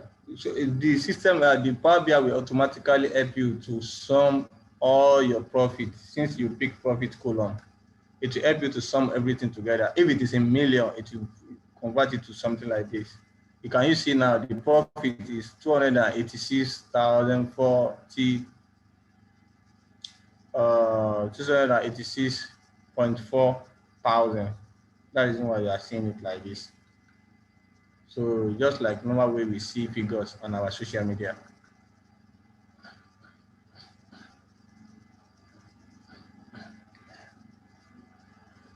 So let's do another thing. Let's check how many number of customers do we have. Let's do that as well. Number of customers. You can do customer ID.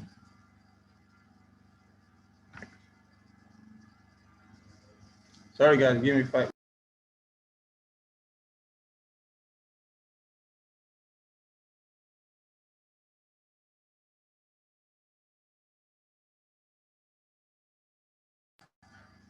Under this customer, we need to count how many customers do we have.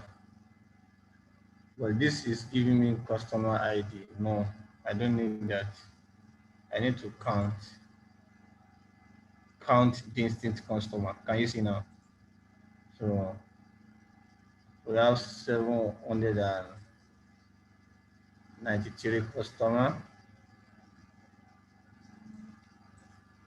Then what else can we do with this data? Total number of products. We can count that as well. I'm still using card. I'm using card. Or instead of you to be clicking on it, you can do this. Click on this, duplicate it, Control C and Control V. So I have it duplicated. So, and then you put your feed assets there. I can count number of products. From here, I can do product ID.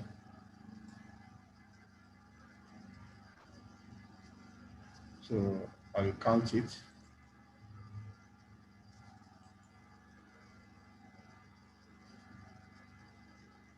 So this is the number of products that we have.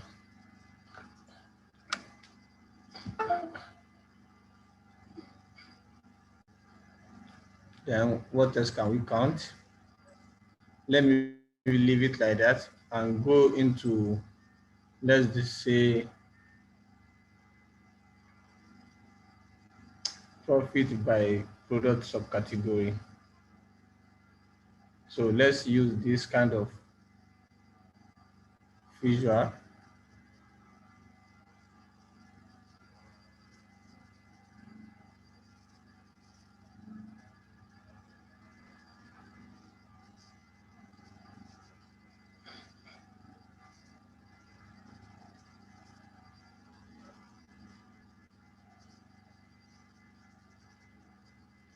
So let's use this.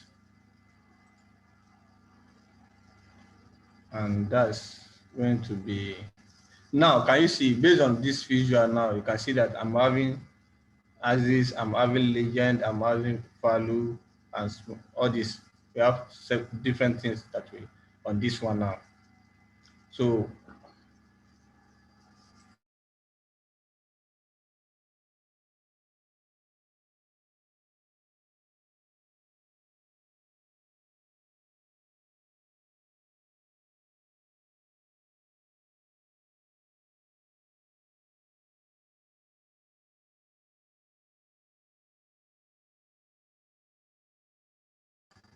So we're having this visual. What will be our as is now? What will be our legend and what will be our value? We had what will be our label and what is going to be our profit based on this as is on this product subcategory. You place it on value. Can you see?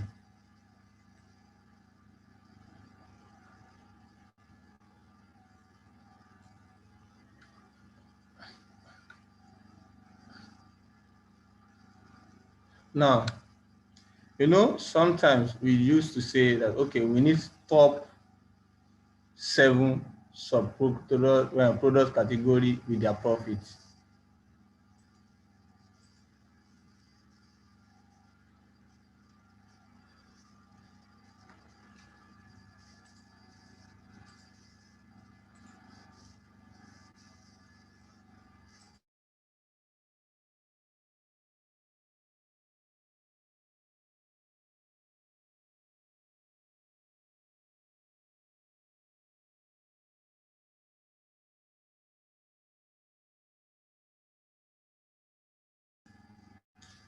Sorry, guys, please give me like 3 minutes.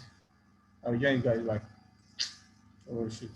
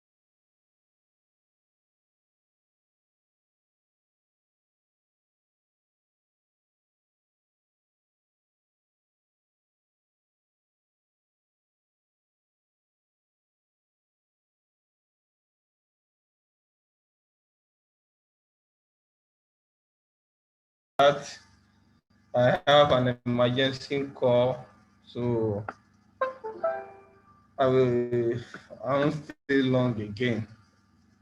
So let's quickly run through this data, and so let's run through this and see what type of dashboard we can come up with.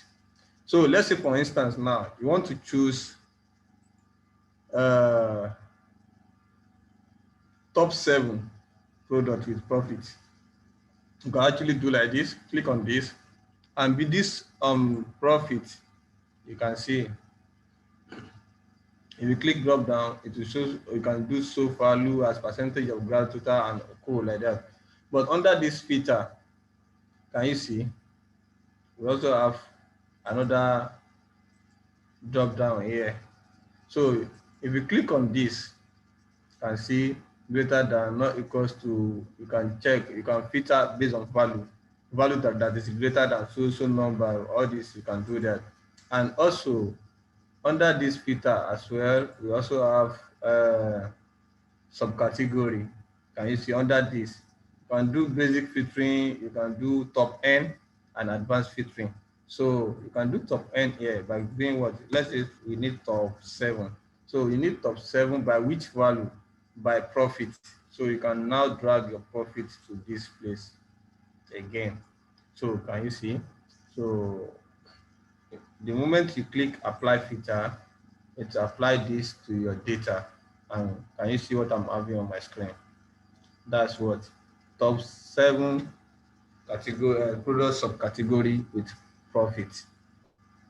So you can see we are going to format it later, and all of us will see how that one works. Okay, let's assume that I have this by this place.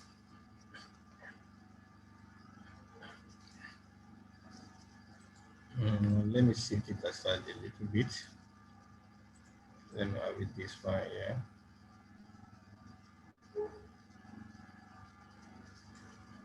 So also let me do this.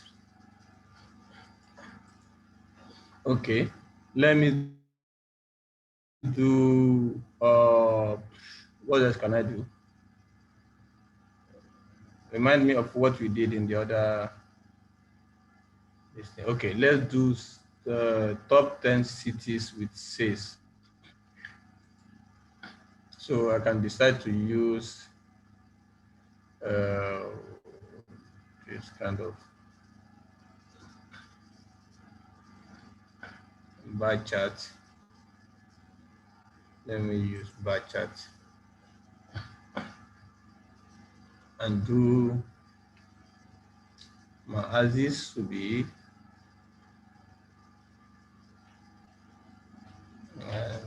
city, and later if I click on cities will be okay.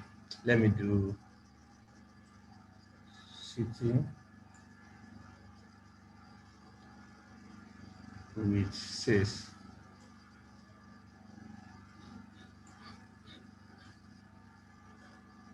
Then don't forget, now you can come to your city, come to top N, and let me do top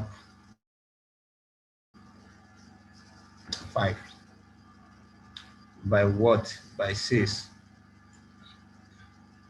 and I can apply that. So can you see? Another thing is let me do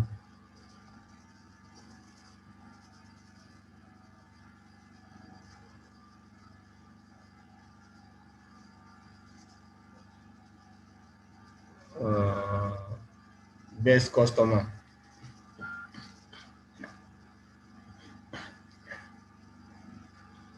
Let me do best customer by doing what?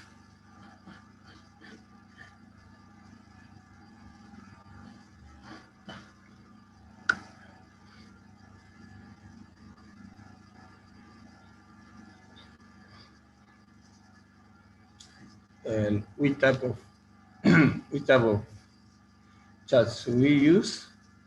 Let's do. Let me do table. Let me do table. Let me do.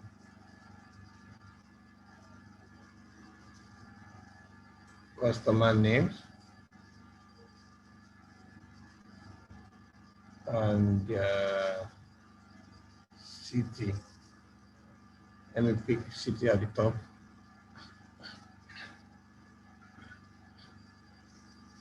I don't like this type of table. Let me use this.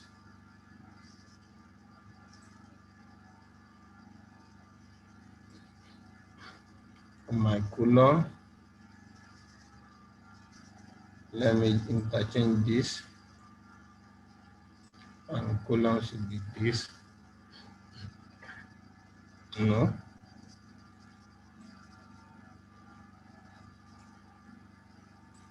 Let me have it like this. So I can now filter this column,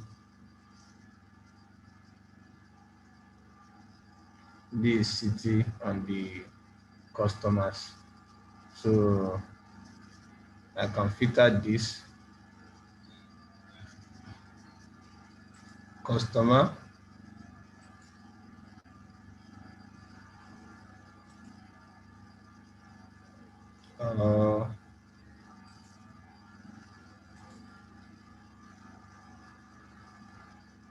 let's remove city.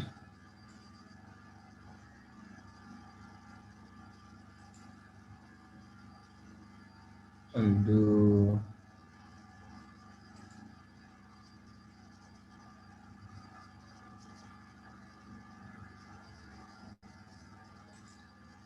let's use another measure. Let me do this.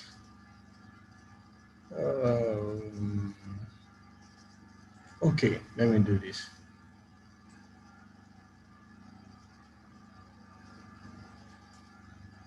I can do city.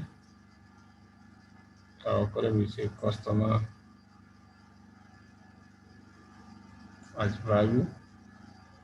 And let me do city and their address.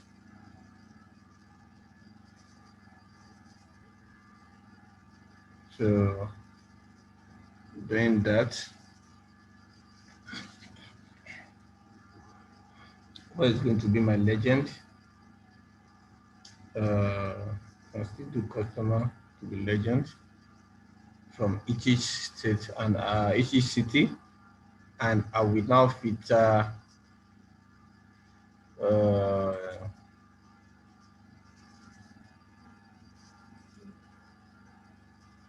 I will filter by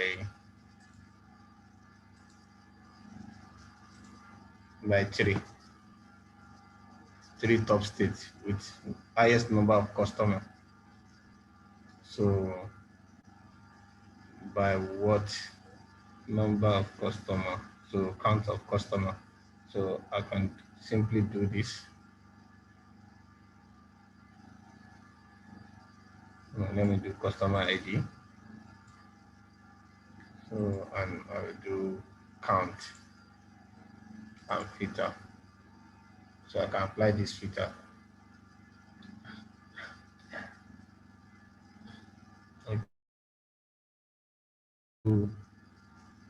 Top 2. So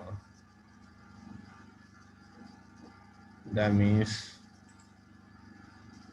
New York and Los Angeles have highest number of customer. So customer name is here. You can also do under this each state.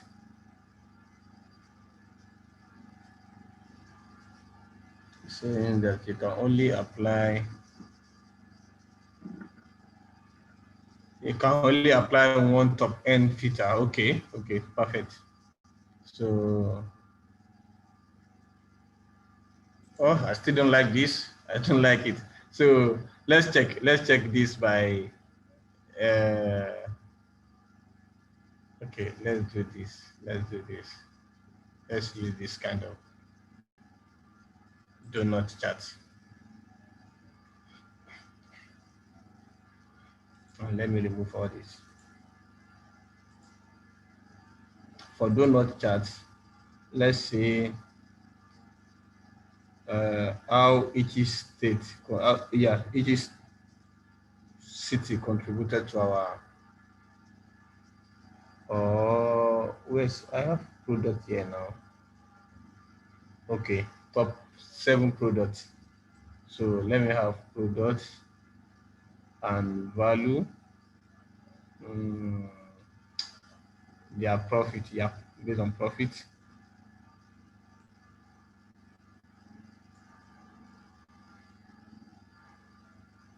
So, but I need to filter it. I can't show all like this. Why am I having this here? Product name and profit, yeah. So product, I can do top 5 or 7, whichever. It's okay. Based on profit, and I will apply. So can you see this? So this how this product contributed to our sales. And also, let's use map now. Let me use map.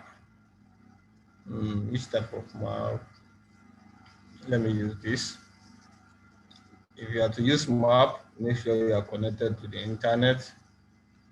Let me use state on this map. My location is going to be this.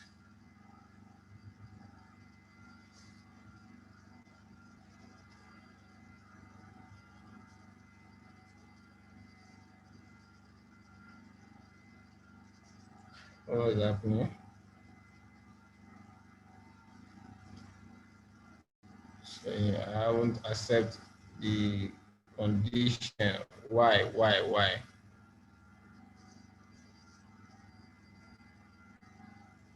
Okay, why is it not showing?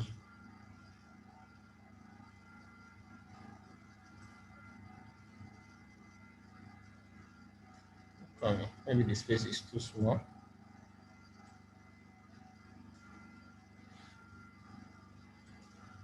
Let's check again. Let's check another map.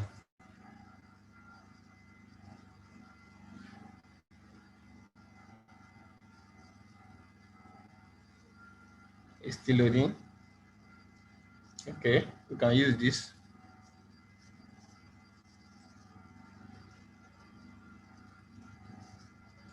So let me click this one back.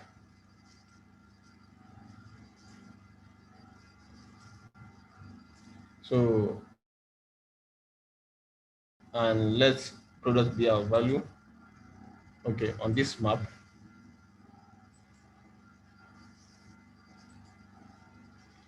So what are we having? What will be our value? Let it be profit again.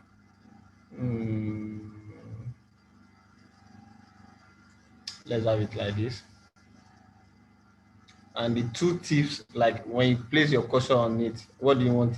What do you want there? So show me the total of the profit.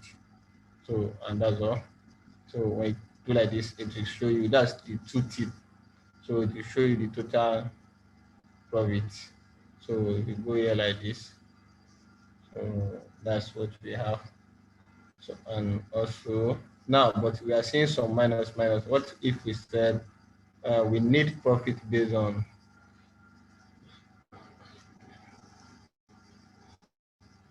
we need to show state based on highest number of days.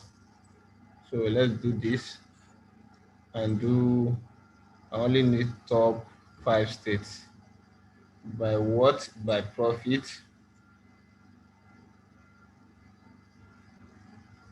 So, and I will apply it. Can you see now?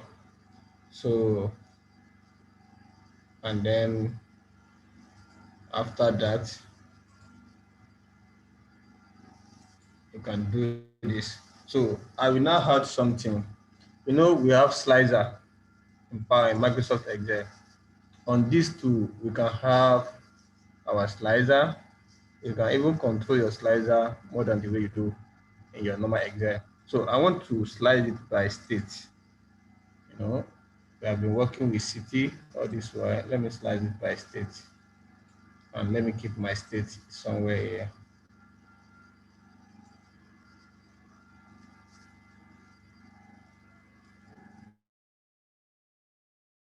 So I have my state here. And this state, I can have them in drop-down format. Can you see? If I don't want it to occupy more space, I can do this. So whenever I want to select state, I can decide to reduce the size and put it somewhere around here. Like you can select it. So I will decide to do what? To select anyone I want. Can you see?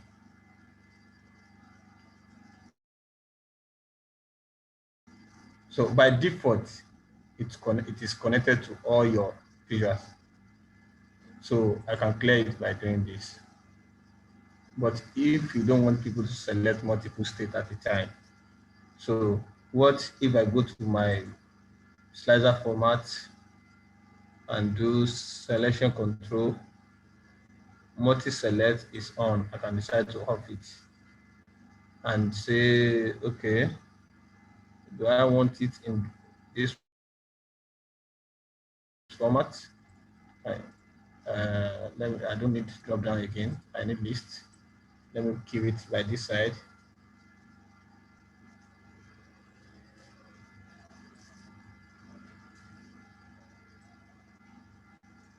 So I have something like this. So selection option, no. And what else can I show here? Title, I can leave it here or I can off it, anyone. So background of your slicer, you can change it. So let me collapse this. So let me do, can scroll, you are not seeing what you want. And also, where is that? Let me click here.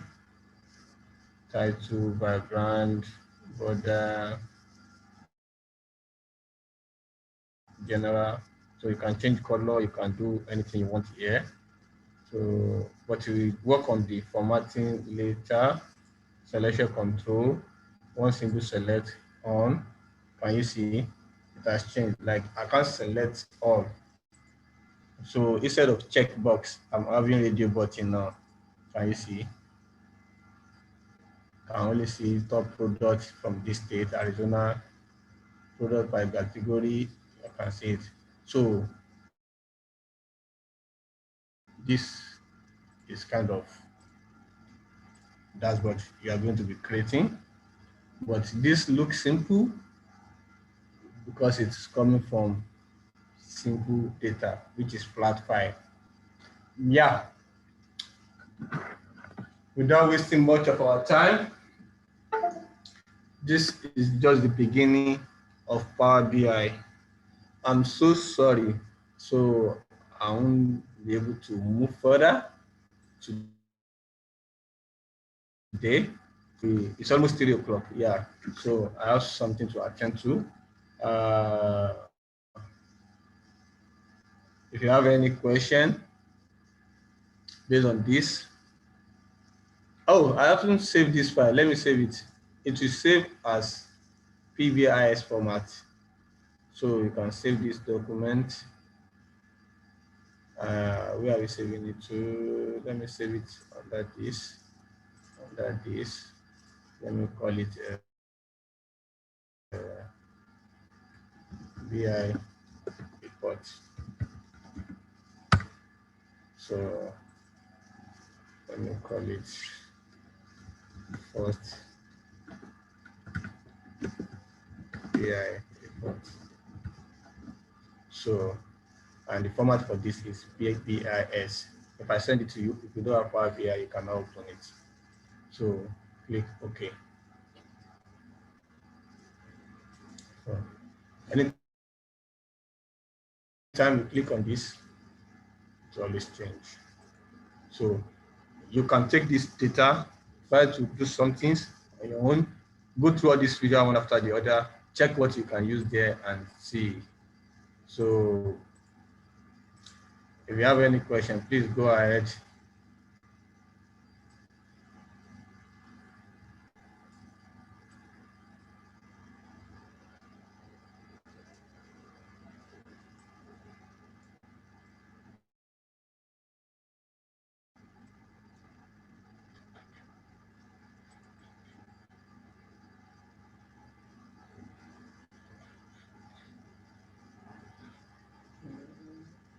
Hello. Okay, someone is asking question. Yeah.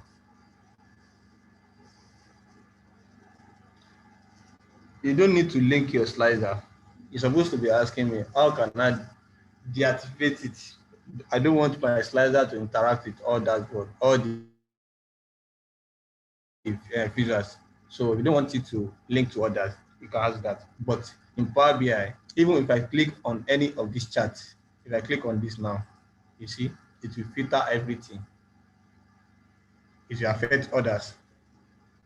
So, but there's a way you can do what? You can try to deactivate that interaction.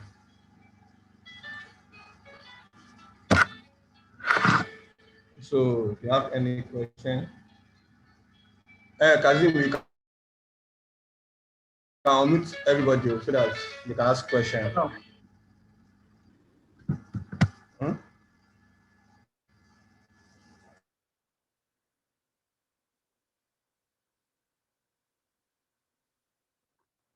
If you have any question, you can raise your hands, please, so that we'll take you one by one.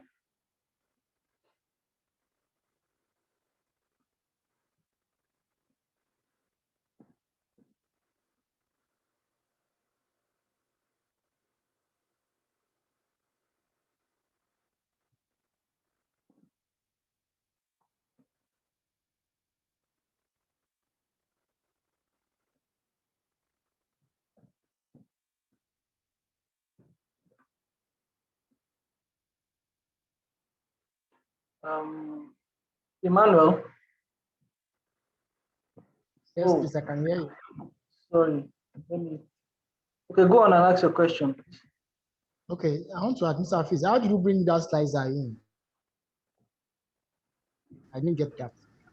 Yeah, under your visuals, there's a slicer there. You see a slicer? Okay. Yeah. This slicer, and then you pick any value you want to show under that slicer. And I asked a question the other time about this this thing we are showing now, the picture, this dashboard we are creating. We are trying to interpret the data based on what we have. Is that correct? As I don't get. Okay, I'm saying that I was asking the other time, what informed these choices we made about the products of category, about this profit by state, and products by name or profit by product name. Emmanuel. Do you answer my question? Yes, please. I think I understand what he's saying. I can hear. This is just by I guess maybe from experience, he just knows which one. It depends on what you are working on and what your goal, what you are looking out to portray. Okay. Understand? Yeah, we can choose anything for that's as long as it's in the list, but whatever it brings out, depicts what you are trying to explain to whoever you are preparing the dashboard for. Okay. So I guess from experience, he knows he has done a lot of thousands of this, but so he's just picking what would interest. It depends on you. Like it depends on what you want to see from your dashboard. You understand? It depends on what you want to see. You are the one to choose. Okay, I want to see this kind of. This is what I want to see on my dashboard. You have to choose it. So these are what I want to see. You have to choose it from your data. You Yes. understand? So nobody will tell you that. That's the reason why I said you have to, you yourself, you need that analytical mindset. Like you need to know what you want from data when you see it, and based on explanation too, because sometimes might be your client might be the one to explain everything to you. You Okay. understand? So you Okay. just need something to get insight out of your data. All right. Thank you. Yeah. And the last one is, no, for when you taught us about the Excel parts, you said we Yeah. could hide the sheet and send that document to the, so how do we link this now to our Excel, those work we did in Excel? Are you No, telling no, me no. I'm not saying this that. I'm not saying that you can hide it. I mean, for instance, now if you know that this dashboard I'm creating now, I'm sharing it with other people.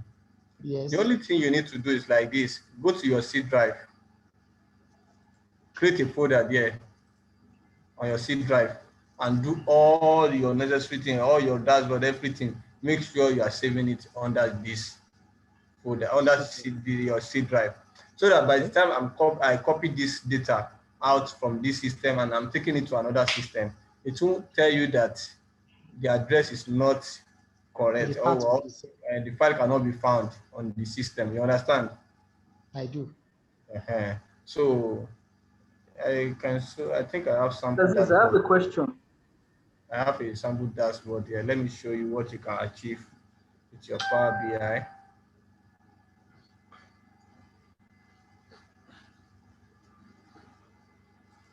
This is loading.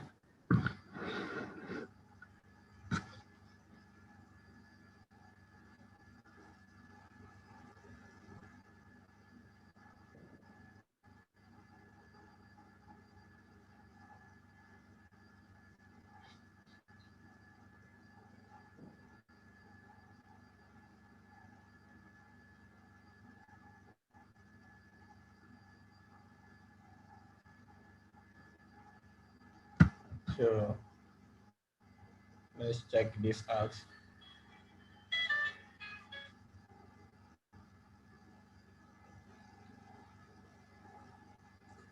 Yeah.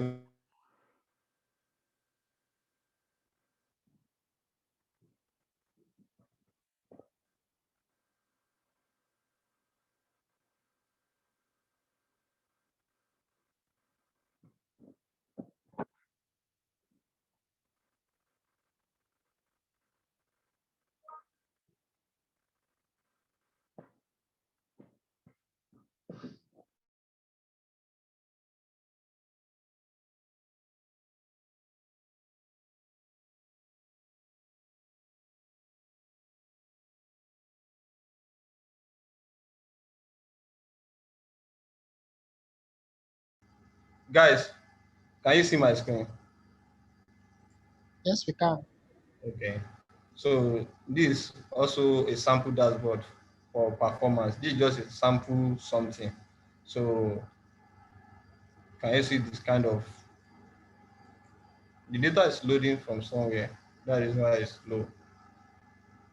So can you see?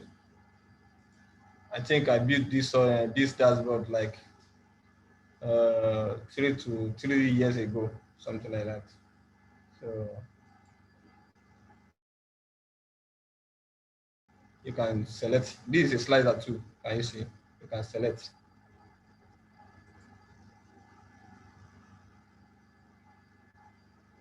Can you see? So depends on whatever you want to see. Yes. Can I ask a question? Yes. Yes, I was just thinking, apart from taking like screenshots of maybe a dashboard, if you want to send like a dashboard to someone, the person must have a Power BI to be able to view this live, right? Or you can save your file as PowerPoint. Okay, okay. Yeah, you can save your file as PowerPoint. So like for instance now under this save as, so I think there should be another option there. No. If you're on Power BI service, Okay. on Power BI service, you can save your file as PDF or PowerPoint template. Okay. I think under this export. Mr. Fitz. Okay, can you see? Export, you can export it to PDF. Okay. You get it? Okay. So all you do as PowerPoint template. And that means in this case now, the person can't view the real-time information to be the... Yes. You can only see the report. Okay. I would say that to be working on PowerPoint, the sliders and other stuff. What's that? The sliders, we just work on PowerPoint. No, it won't work. But if you want the slicer to work, Yes. there's a way we normally do it, like on our export under publish here. When you try to publish, it will take you to, it will save changes, and it will take you to Power BI service. So after publishing it on Power BI service, you can generate a link and share with anybody. They will see it publicly. But if you know that that data is confidential, you don't need to do that. Okay. Unless you activate the link and then you later delete it. They won't be able to see it like that. So for instance, if I want to share this, if I want to publish it on my workspace, I just select my workspace and then share, select this. It will publish it to my workspace online. Can you see?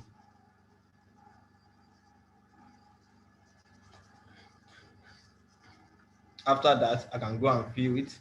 Right. So I can go to Power BI service and go and view it. So okay, now this one will take me to browser.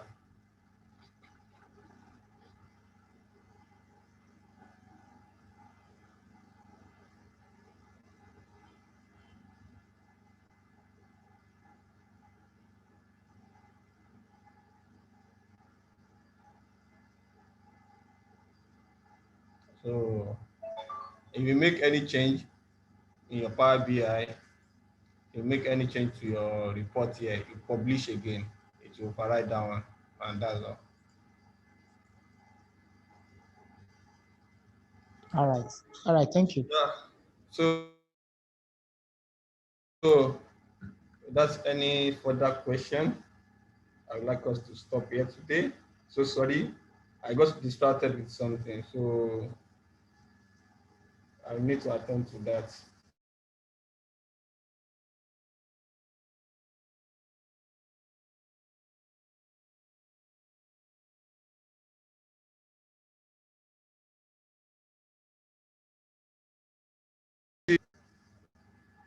Do you get that?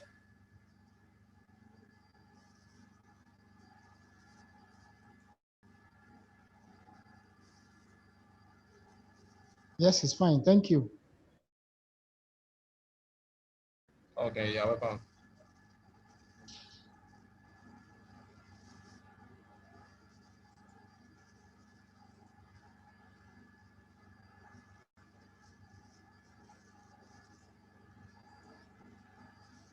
So guys, have a wonderful weekend. Thank you all. See you next week.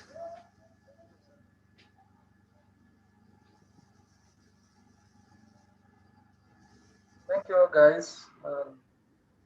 Enjoy your weekend. We're ending the recording now.